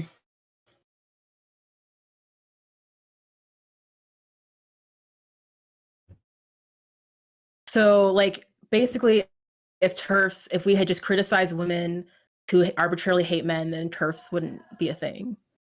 I think that if we recognized a lot of man hating online got kind of treated like jokingly and still does, you know? But if you look under the hood, there's a lot of really problematic shit behind that. Not just with trans people, but a lot of toxic femininity too, you know? And I think a lot of that flourished in left spaces because we mistakenly allowed those people in as if they were feminists when they weren't. They were just anti-male. Hmm. I think I don't really know enough about like how TERFs came about in order to like have an opinion on if like we needed to stop uh people who just like arbitrarily hated men from being able to talk. But um I think I can see what you're getting at there in some ways. Like I remember like there was like this whole thing a few years ago where like, people like sat on a chair and then they like had like a gap or something. It was like guys like setting, I think it's called man spreading. And I kind of Yeah. thought that was like kind of weird because it was like, well, you can still sit down in that seat. It's just crammed and it kind of just sucks because it's public transportation. And I kind of thought that was like a little bit strange, but I'm Yeah, and it was trying. Yeah, really I think I just don't know. I think I just don't really know enough about how TERFs came. Like all of a sudden there were just like TERFs everywhere, and I was like, "Fuck it this." was a really like performative and liberal denunciation of like male-bodied people, which is weird because A, any criticisms you make there are going to affect trans women, you know, dick and balls, leg spread, etc., etc. And B, it doesn't really change anything beyond enforcing a kind of broader satirical. It's like when people laugh about men suffering, you know. It's again, I don't think men have it worse than women. I'm not here to bitch about it. I just think that holistically recognizing that stuff gives us a, you know, a path forward. And I think it about race stuff too. I'm not going to sit Yeah, here can and you tie that back in? Because I'm not as familiar with the TERF stuff, but if you could talk about like the race stuff. I think that there are a lot of, I'm sorry, I shouldn't say a lot of. When I say a lot of, I mean like a fraction of a fraction of a fraction. But I think there's at least an intellectual tradition among Black Americans to disregard a lot of valid intersectional analysis in favor of something that feels more retributive, you know? I don't think that's explicitly said to be that. I don't think this Wait, is like, disregard a lot of analysis for. Can you say that part again? oh, like intersectional analysis in favor of like retributive justice, you know, adopting the same language about white people that a lot of second wave feminists took about men, where you know, like political lesbianism among second wave feminists, like Andrea Dworkin was one. It's not so much about saying yes to women as it is no to men. It's something like that, you know, and a lot of it seems. Oh, look, I'm not going to pretend it's some threat to the union or whatever. Black people don't have the political power to do real harm in that way, and even if they did, it's such a tiny minority. It's not even like a real problem. It's just much like tankies and lefty groups. I just think there's this nugget of bad info that lefties don't call out because they're worried about being problematic. And I can get that because optically, me talking about race with you for 2.5 hours probably doesn't look great for me either. But yeah, I don't know. I just think we could be more open with those conversations. If it's conversations you want, then I am super in favor of conversations, you know? Yeah, I'm kind of a little bit I'm just kind of like in a little bit of like a loss of like um why it's wrong if Black people like joke about like white people being racist. I mean, like I think there's obviously exceptions, but I think like most of the time, like the jokes about like white people come down to calling out some sort of structure of racism that white people are often really ignorant towards. And I, I just don't understand like how that all ties in. I don't have a problem with that. It's more like, you know, the Mayo side joke? No. Like it's like Mayo, like white people, you know, like Mayo side now, like kill the whiteys, whatever. Is I think it was more popular a couple years ago than it is now. And I used to make those jokes all the time. Early on in my stream, I made them all the time, but I made them less and less because I'd see these Twitter threads where people would talk about Mayo side now, but at first when I saw them, they were obvious jokes. Like a white guy would wear like a button-up shirt, bell bottoms, and a vest to a dance floor at a bar and do disco. And it's like Mayo side now, and God willing, you know. But then later on, I saw people saying Mayo side now on tweets of interracial couples celebrating their mixed race child. And I thought, okay, hold on, wait. That's not a joke. That's just something you believe. And I realized that what I had originally thought was 100% a joke was actually like 90% a joke, and that a small minority was legitimately expressing anti-white racism through the veneer of edgy, irreverent comedy. And invariably, anti-white racism from Black people usually hits mixed race people the hardest because of, I don't know, it just seems to. And I noticed that, and I got uncomfortable with it because it felt like I was giving cover to people the same way a lot of edgy jokes about women give cover to real misogyny. I say, still making edgy jokes about women. So stuff like that makes me worry a little bit, you know? I'm not saying like Well, it's like I bad think to the ever thing with make like jokes. I don't know. I think like the thing with like interracial couples is like there's an issue with Black people where like they don't want to date their own race because they think that, oh, so your eyes are really wide. Can you hear me? Oh no, I can. I'm sorry. I was reacting. I can hear you. Okay. Oh, okay. So there is an issue where a lot of Black people don't even want to date people in their own race because of like internalized racism. And so I think that's why like Black people are really harsh on other Black people when like they date interracially because that's happening a lot of times, but it's not always what's happening. Yeah, I get that. And I just want to be clear, by the way. There's an underlying logic to this that I get because a lot of it also has to do with Black people in certain communities lashing out against Black people who talk like me. Notice this because I grew up in LA, and LA is right next to East LA and Koreatown, and there are plenty of minority groups there. And there are Black people who will get called race traitors by other Black people for talking like me and not talking, I don't know, in AAVE or whatever. And I think that's inherently shitty because I think you talk how you're going to talk, you know. But I do understand the reflexive feeling of I don't know, like you're like this reflexive like worry of selling out, I guess, that some people hit other people with in the Black community. I think these things are real problems. I'm okay with talking about them. I think the conversation's good. I just there's like an extreme to this where people will start saying it's actually okay to be mean to Black people for talking like me, or it's okay to be anti-interracial marriage because it's part of the broader war against white supremacy. And that's when things get too far. And I just hope we can not do that, you know? I mean, on that point, like people have accused me of like being like a kind of like race traitor because of the way that I talk, but this is just how I talk because again, I was adopted and I was raised by white people. But at the same time, when people accuse me of that, even though it's like a frustrating experience because I'm like, well, no, I'm not like a race traitor. It's also like I understand like why people will think that because there's like a lot of Black people who code switch. There's a lot of Black people who think because they talk the way that I do that they're superior. And so like for me, when people assume that, I still feel frustrated, but I'm also kind of like, well, fine. If you get to know me, you'll see that I'm not. And if you don't, I understand. And like, I kind of think that's the space that like it would be really helpful if white leftists made for Black people, where it was like understanding their anger and instead of being like triggered by it, like going like, where is this anger coming from? What's happening here? And instead of taking it personally, like understand that like people are responding to racism constantly and to give them space for that. Oh, I'm totally down for understanding it, but you have to criticize it too, you know?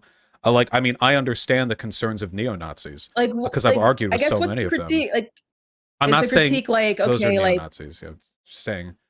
Maybe use Yeah. some different examples other than neo-Nazis to like make a point might Sorry, like help I'm just, sometimes. I've argued with so many of them. The point that I'm making is that I think even the most like pernicious and horrible political beliefs can be understood. QAnon or whatever. I understand like the foundations that are being laid. I get that. I just disagree with them severely. Obviously, the response to these has to be very different. I don't think that your average fucking neo-Nazi should be addressed and treated in the same way that like a black person who has mixed feelings about their son playing Undertale or doing some other white shit. I don't know. I don't think these are exactly the same thing. I'm just saying that the basis of understanding should be there, and then atop that you build the criticism, right? I mean, I think for me, like the way that I approach it, and like obviously everyone's different, but for me, like, let me give you like a little bit of background where I come from. Like, I come from a place where like I had a lot of internalized racism. Like, the family that adopted me really thought that like me growing up around white people was gonna make me better as opposed to being around my black family. And so like I really grew up like, not liking black people, trying to distance myself. Like I'm half Chinese. And so I would be like, oh, like I'm half Chinese. And like I was always talk about that to like distance myself from white people. And there was like a point where I realized like the reason why I wanted to distance myself from white people was because of growing up around racism. So for me, like when I see black people and they're like really frustrated about like when they're frustrated at me because they think I'm like code switching, like, or not code switching, like I think I'm superior. Like there was a time in my life where like I really did think that it was better that I talked this way. And I think that when black people are suspicious of me, I think they actually have every right to be suspicious of me. It's like I'm an ally to other black people and I'm pro-black, but I think they have every right because of their experiences of racism, because they have met so many other black people who think they're better. I think they have every right to be suspicious. And if they end up getting to know me, realizing I'm not that person, then great. But if they don't, I completely understand because like the amount of racist shit that black people deal with on a regular basis is so intense. And I understand like why they come to these conclusions. Man, you have way the fuck more patience. I don't give a if people assume bad shit about me, I'll be mean as shit to them. I don't give a fuck. You I mean, that's kind of what I'm saying is like the issue though. Like you could just like try to understand for a little bit instead of getting really angry at them. Well, that to me is, I'm not trying to be disrespectful here, is your issue. You should be more proud of who you are, in my opinion. I don't think I'm proud of who I am. Well, unapologetically so. Like a unstoppable tidal wave that smashes against everything in front of you. Because I think that there's this constant. I don't know. A lot of people feel really guilty about who and what they are in left spaces because we're so aware of the oppression that we receive and we inflict. And I guess there are different ways to handle that. I understand where your feelings come from. There are ways to be. I don't feel guilty though. Well, I feel angry. Right, not guilty, but I mean with the understanding why people might distrust you, Like to me, sociologically, I understand why a lot of people in the online left are going to distrust me because of my affect and because, oh my God, there are so many clips of me out there. But I can't focus on those people because I have a job to do and you have a job to do. And I think if your job is like trying to like be anti-racist, anti-homophobic, anti-da-da-da-da, like, specifically against these systems of oppression, then it is your job to listen, to understand. To listen, yes. But if you believe what you believe, to apologize. Or sorry, not to apologize. To disagree. To adopt the positions you think are most valid. And in your case, I mean, I think that like there is a lot of things that you don't actually understand about racism. I think there's like so much. And like even me as a Black person, there's so much that I don't understand about racism. Like I am not the ambassador for Black people by any means. I can talk about my own racist experiences and that's it. Being Black in America isn't the same as being Black in Africa. I don't even have the experience of growing up in poverty. And it's like, I have so much to listen to and try to understand. And I think that's like the point is like, there's so much that we don't know. And my point is like in the form of debates, you're not actually going to learn a lot about almost anything. Like what did we learn today? What did we learn about colonization? I learned why almost nothing. I learned why you think the way you do. Because with Like, respect, well, I we've just been want to talking say for like 2 hours. Like, we could have watched a video just talking about it, learned so much more. it's true. There's so much. My point is, like, there's so much that we don't know, and we actually like have a lot of listening. We probably should listen more than we talk, I think. I could have gone to the movies, I could have gone to the beach. Look, debate is not a phenomenal means by which you arrive at the truth. Debates are fundamentally entertainment. And I've always recognized that. I try to learn a lot off stream. Because having a chat around to jerk me off whenever I say something that I think is smart or criticize me when I don't know it's not conducive. But with regards to the productivity of this discourse, I think there was something at least meaningful to me, which I feel like I understand where you're coming from a little bit here. I do think that you assign much more charitability to the oppressed over the oppressor when it comes to the degree of intrinsic association with sociological problems. And it seems like a lot of that stems from you, again, pardon me, I'm not trying to be disrespectful, but it's something that seems to be the case, you compensating for earlier experiences in your life where you felt like essential elements of your identity were being rubbed off of you, right? It's not like I don't do what I do because of my childhood Sincerely, experiences. Huh? it's like I learned about how messed up things were, and then I kept learning, and then I kept learning, and then I kept learning, and I was like, oh my gosh, I don't really know anything. So maybe I should just like listen for like a long time. And I think that because of racism, people don't want to listen to Black people. Like, I think like even in this conversation, like seeing the way that Black people are being silenced, like this is why I'm so frustrated about the thing that happened with like Noname, because Noname was like saying like my tweets are not for white people, and then you called her a segregationist. Well, I'm It's sure like she'll seeing like survive a my, lot of you know. no, a lot of this is what I'm saying. Like a lot of white people think that like Black people are trying to get revenge. Like Black people just want equality, and Black people can't even talk about their frustrations different without black people getting want shit lots on. of different black people want lots of different things. And by the And I way, think most Black people want equality. And then what I'm saying I is like agree, when but there Black are people talk about also their frustrations, Black people see that they need their own space, they get shit but on. there are And I think also your rhetoric is just a continuation of that, and that's why I'm so upset. but there are also a lot of white people who want equality who don't know how to best achieve it, and in doing so they promote a kind of liberal colorblindness where they think the best way to achieve equality is by not even talking about race. The desire to achieve equality is not the same as having a good action plan to get there.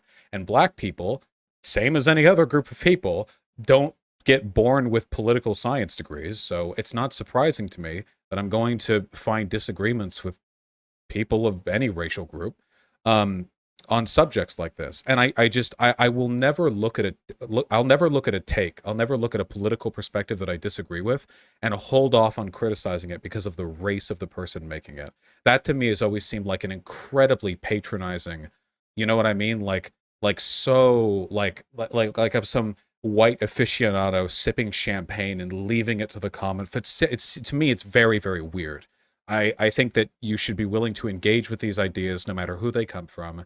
And I will not back off my point that a lot of the rhetoric that I think you have used and that Noname used is problematic to me. But I don't think that me thinking it's problematic is part of some rejection of racial equality. You know, like because I advocate for that all the time through fairly revolutionary means too. I just think that sometimes there are elements of this that are pernicious and should be corrected. And I don't think the race of the people doing the criticizing or receiving the criticism changes that equation, you know?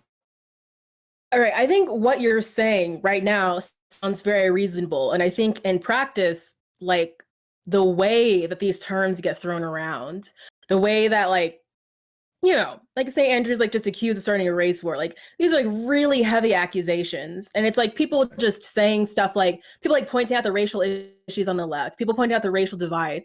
It's like if those issues can't be engaged with without literally jumping to these extremes, then it's going to make it really hard for those people to talk about this. It's like I think you can disagree with people without having to like throw out those terms, but like I know you really believe that those terms are appropriate, but I also think you don't necessarily understand what people are saying.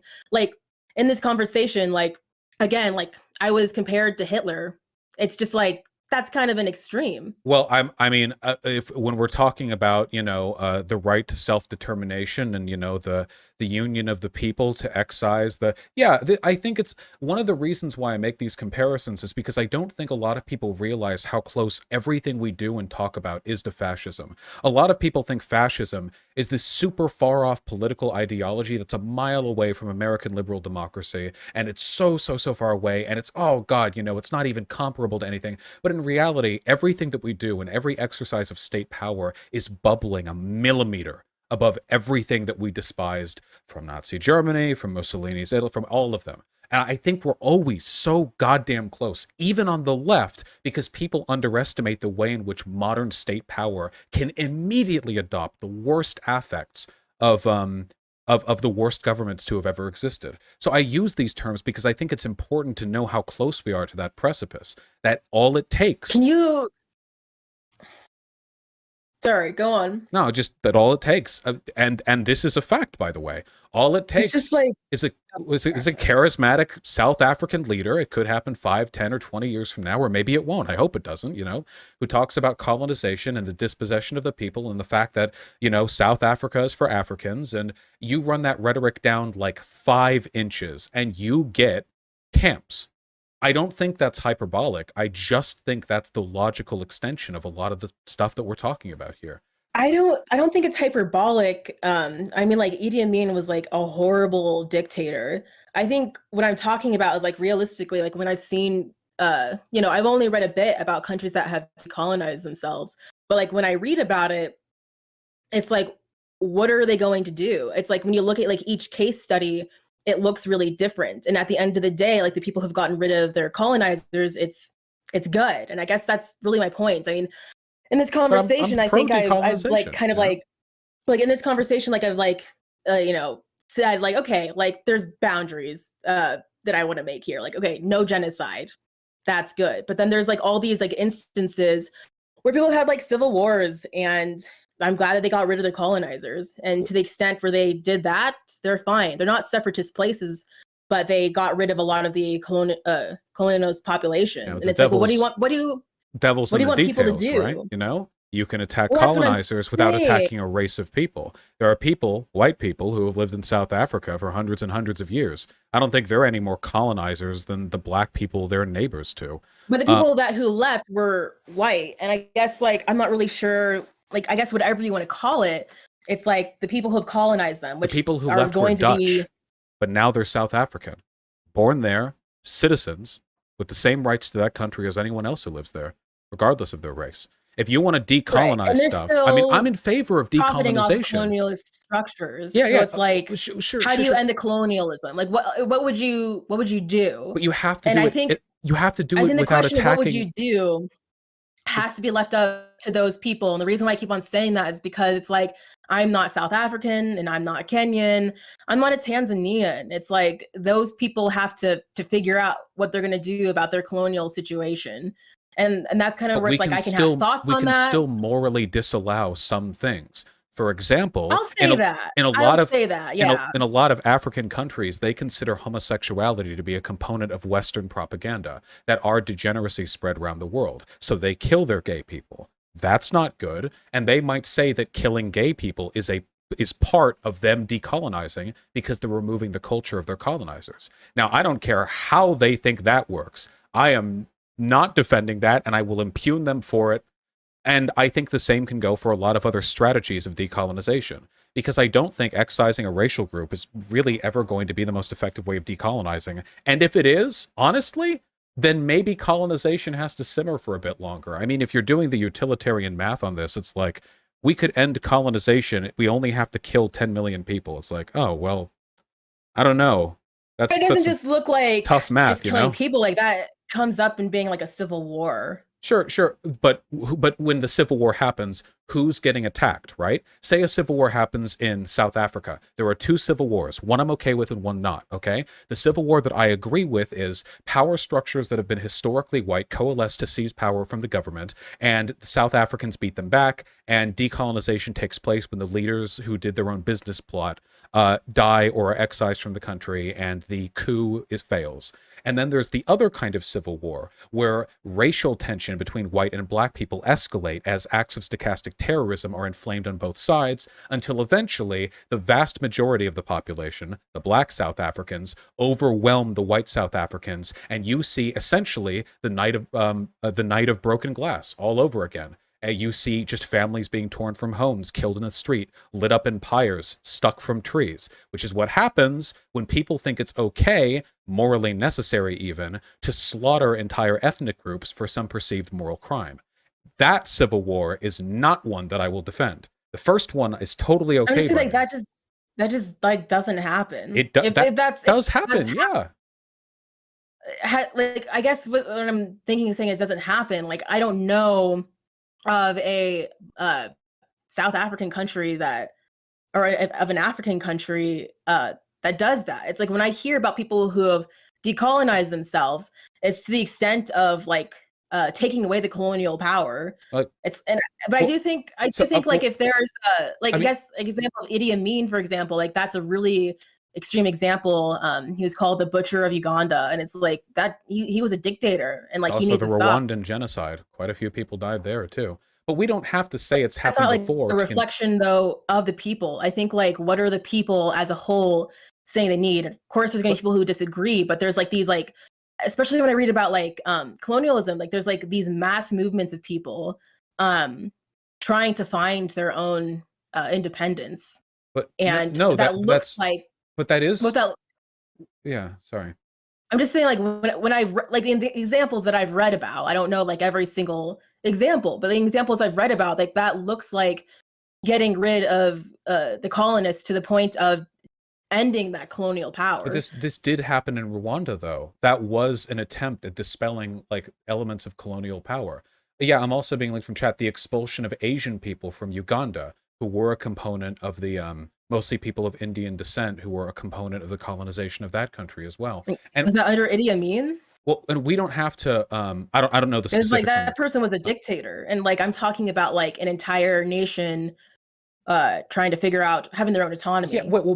but now you're layering together preconditions that you can't control. It's all well and good to say, the will of the people, but in reality, how often do things actually play out that way? Strong men take power, and they're the ones who get it done. Even in democracies, we don't have will of the people. America has a more functional democracy than almost anything you'd see in Africa. Nothing that happens out of Congress is the will of the people. And even if it took place through a democracy, we're still fundamentally talking about genocidal violence. And even if this hasn't happened to the extent as what I described before, which it has, like, why do we have to wait for it to happen for us to condemn its potential, I Like, mean, the we've never examples had a of like people. we've never had a genocide of 7 million Jews. That's never happened. But I can still say, yeah, if 7 million Jews were killed, that would be pretty bad too, Like, I don't need to wait for that to happen to warn against it. Like the examples of I'm thinking of people who have decolonized people, it very much was a movement of the people, like in Kenya, Tanzania, Do you not think Algeria. populist revolutions can do horrible things? I totally think they do. What Yeah. what about like Pol Um, Pot? That was a component of decolonization. What about the Cultural Revolution? I mean, Pol Pot killed people who wore glasses because it was like meant that they had been corrupted by Western intelligentsia. That was right. And I'm explicitly. not endorsing that. Like I'm saying that like dictatorship is wrong. That's why I'm saying like very much it needs to be a movement of the people. And like the examples I'm thinking of, they are movements of the people. And I think that's good that those people had those autonomy to and the self-determination to get rid of colonialism. But I think that's what amazing. were the Khmer Rouge not the people? Was the Cultural Revolution not the people? And also, can't the people do bad things? The people do bad things all the time. I mean, Sure, yeah. I think there's definitely bad things that you can do in trying to get rid of colonialism. And I'm not saying that there isn't. I'm not saying that like you can just do whatever you want when you're decolonizing things. But I think my point is that like when you're looking at these examples of people, like you're looking at like a really messy history of like trying to get rid of colonialism. It's like there's a lot of like really good and bad things that have happened, and at that point, it's the issue is like dealing with a problem that you shouldn't have ever had to deal with because those people shouldn't have been colonized in the first place.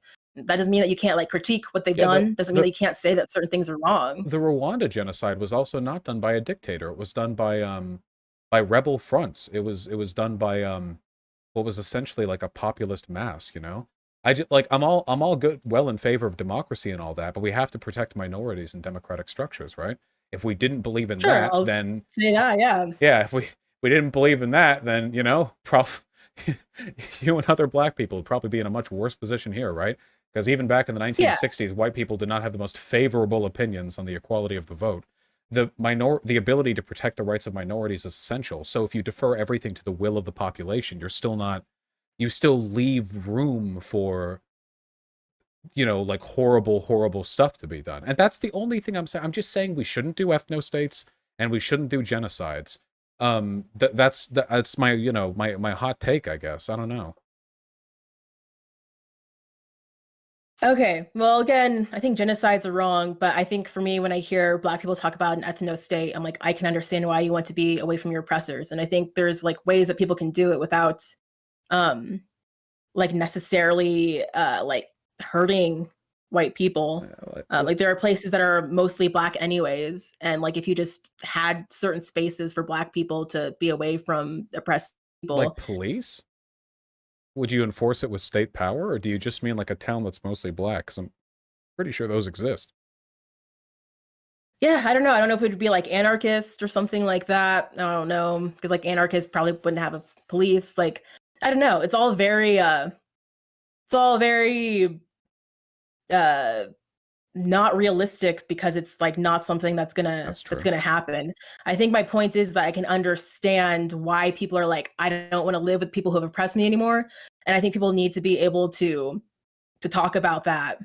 I'm all I'm saying is that you can talk about that. I feel like I understand the feelings. It's just I can't get around the fact that they're identical to white nationalist arguments that I've heard. Because this is how it goes too, right? You talk about the abstracts of white nationalism, and they're like, well, yeah, I probably can't seize control of the US, so I'll just move over to what's a really black, not black, sorry, white state? Idaho? I don't know. I'm going to move over to some all white commune and we're going to buy all the property so there's no room for a black person to move in next door. And I just want to be rid of all the black crime or whatever. And hey, you know, oppression, interpersonal oppression from white people to black people can suck, but crime can also suck. So we're all sort of acting out our harms, our traumas here.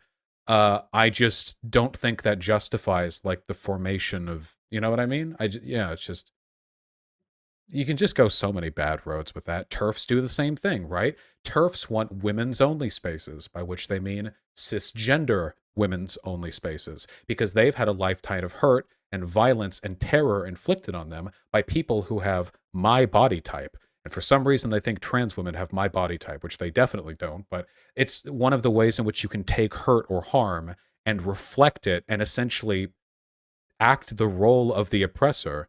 Um, in some tiny little pocket space you've created for yourself, you know? Sure, I think in those instances, that's exactly that. And I think there's like, I can really understand why Black people are tired of being around white people to the point where they would just like live in a place where there's not any white people because they experience so much racism. And Well, I think that's my point.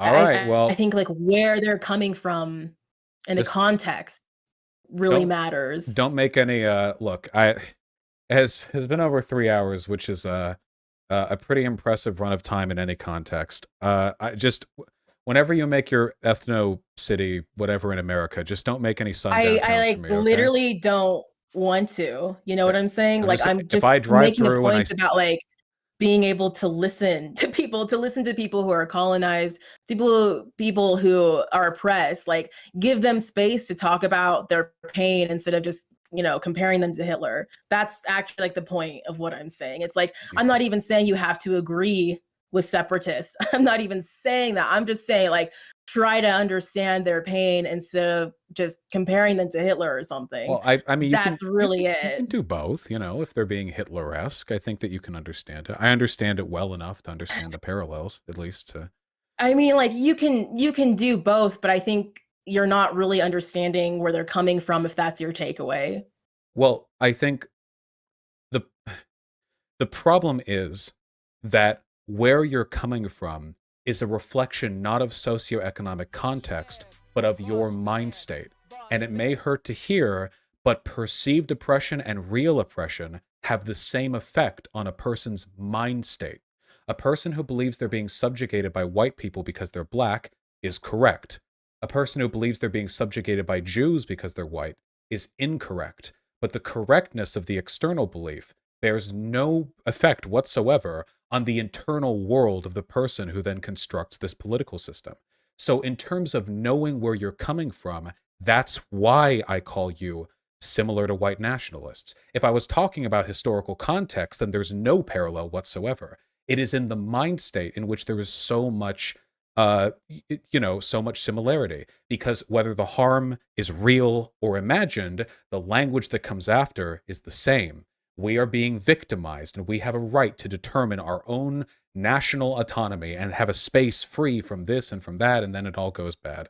Of course, But black one people group don't is have. actually being victimized, and Yes, then one group is not. So it's like but that doesn't have that anything to do with where you're is an coming from. important distinction. It is in Yeah, being fixing that victimized or not problem. being victimized is a really important part of where they're coming from. But where you're coming from is a reflection of your mind state. And perceived oppression is the same. Is there any difference in terms of how you feel between your friend Stacy shit talking you behind your back and you thinking your friend Stacy shit talked to you behind your back?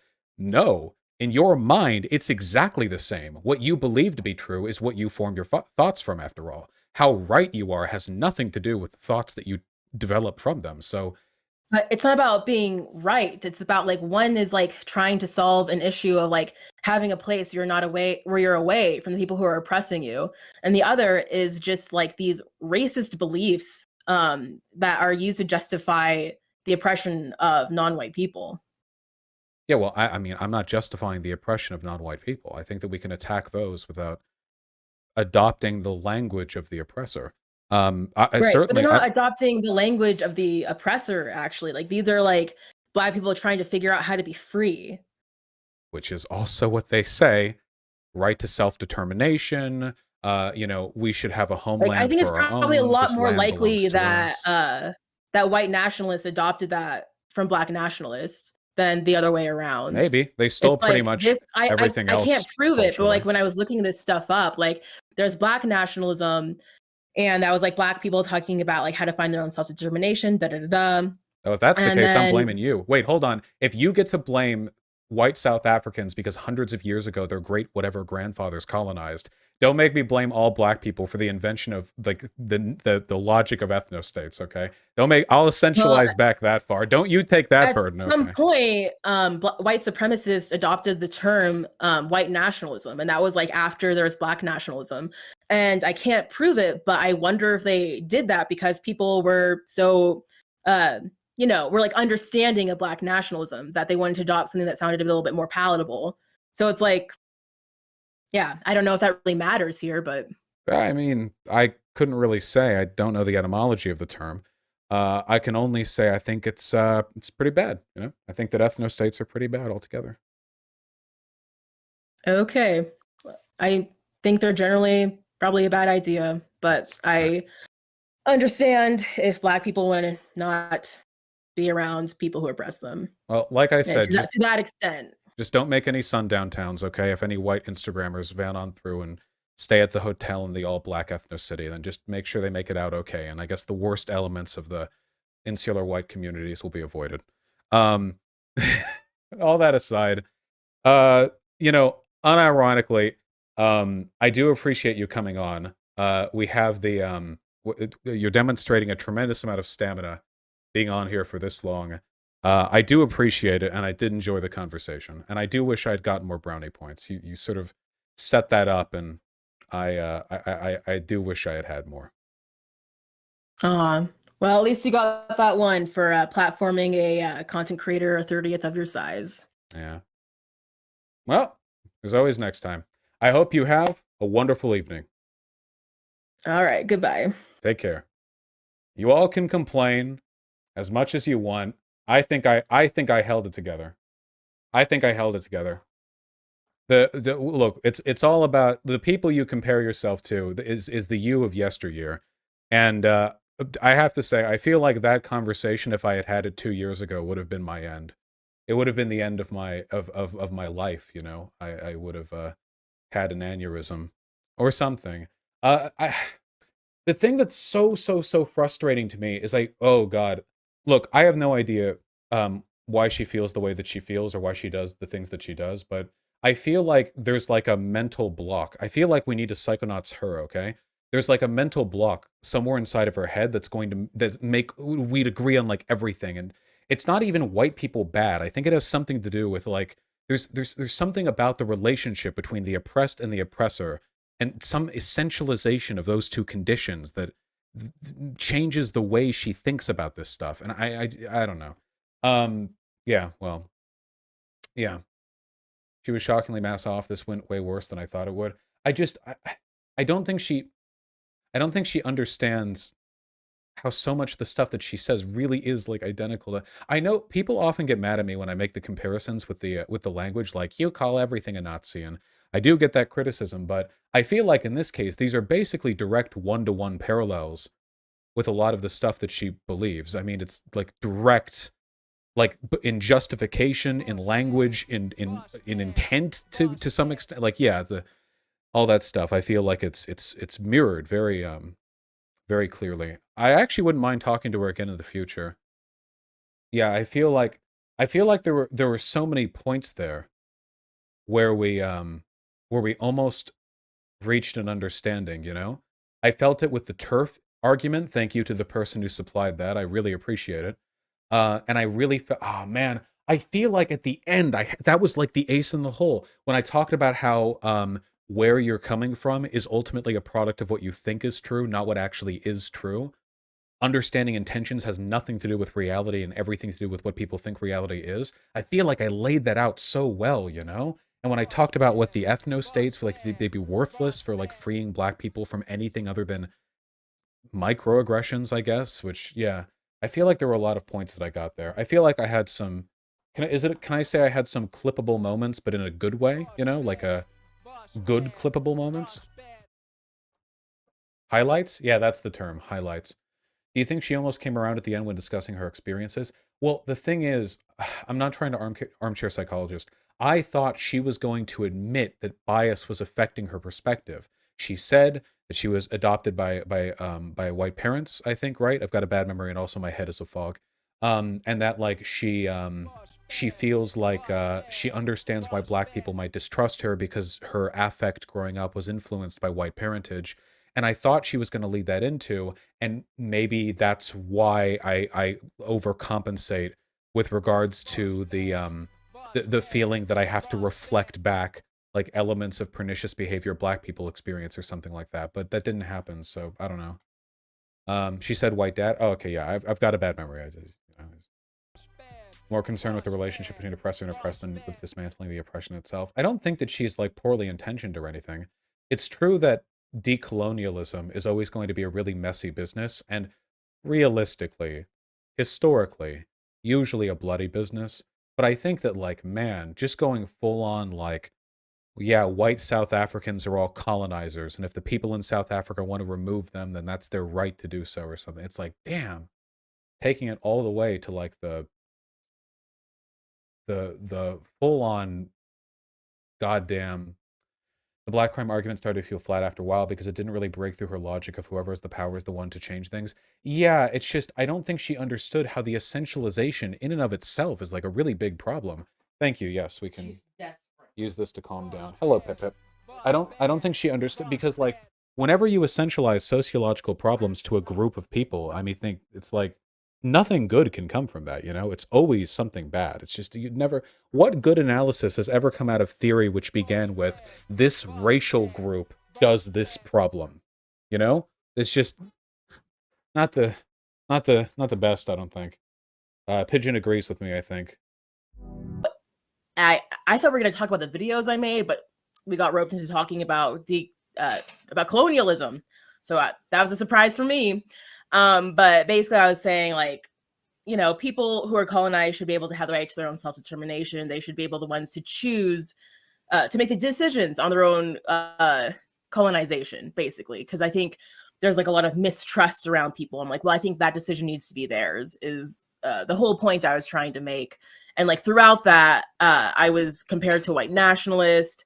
I was compared to Hitler at some point, and ever since then, there's just been like a wave of debate. Like I thought the wave of debate growth I already experienced was big enough, but now there's just like a massive wave. There's like a video that has like I think like almost 100K views, where like people are saying that in the comments, people are saying that I'm pro-genocide, and it's just absolutely ridiculous. So I'm gonna try to not make it a drama stream, but they can go get fucked. That's all I have to say. Yeah, I get it. Yeah, What- I was so Go ahead. clear because I was like, I don't want to be like, I'm pro-genocide. And I especially don't want to be saying that on a video. I was like, I'm not pro-genocide. I'm literally just talking about how people like look down on colonized people and don't trust them. And I'm just saying like they need to make their own decisions because they've had their power taken away from them. And that's the extent. That's it.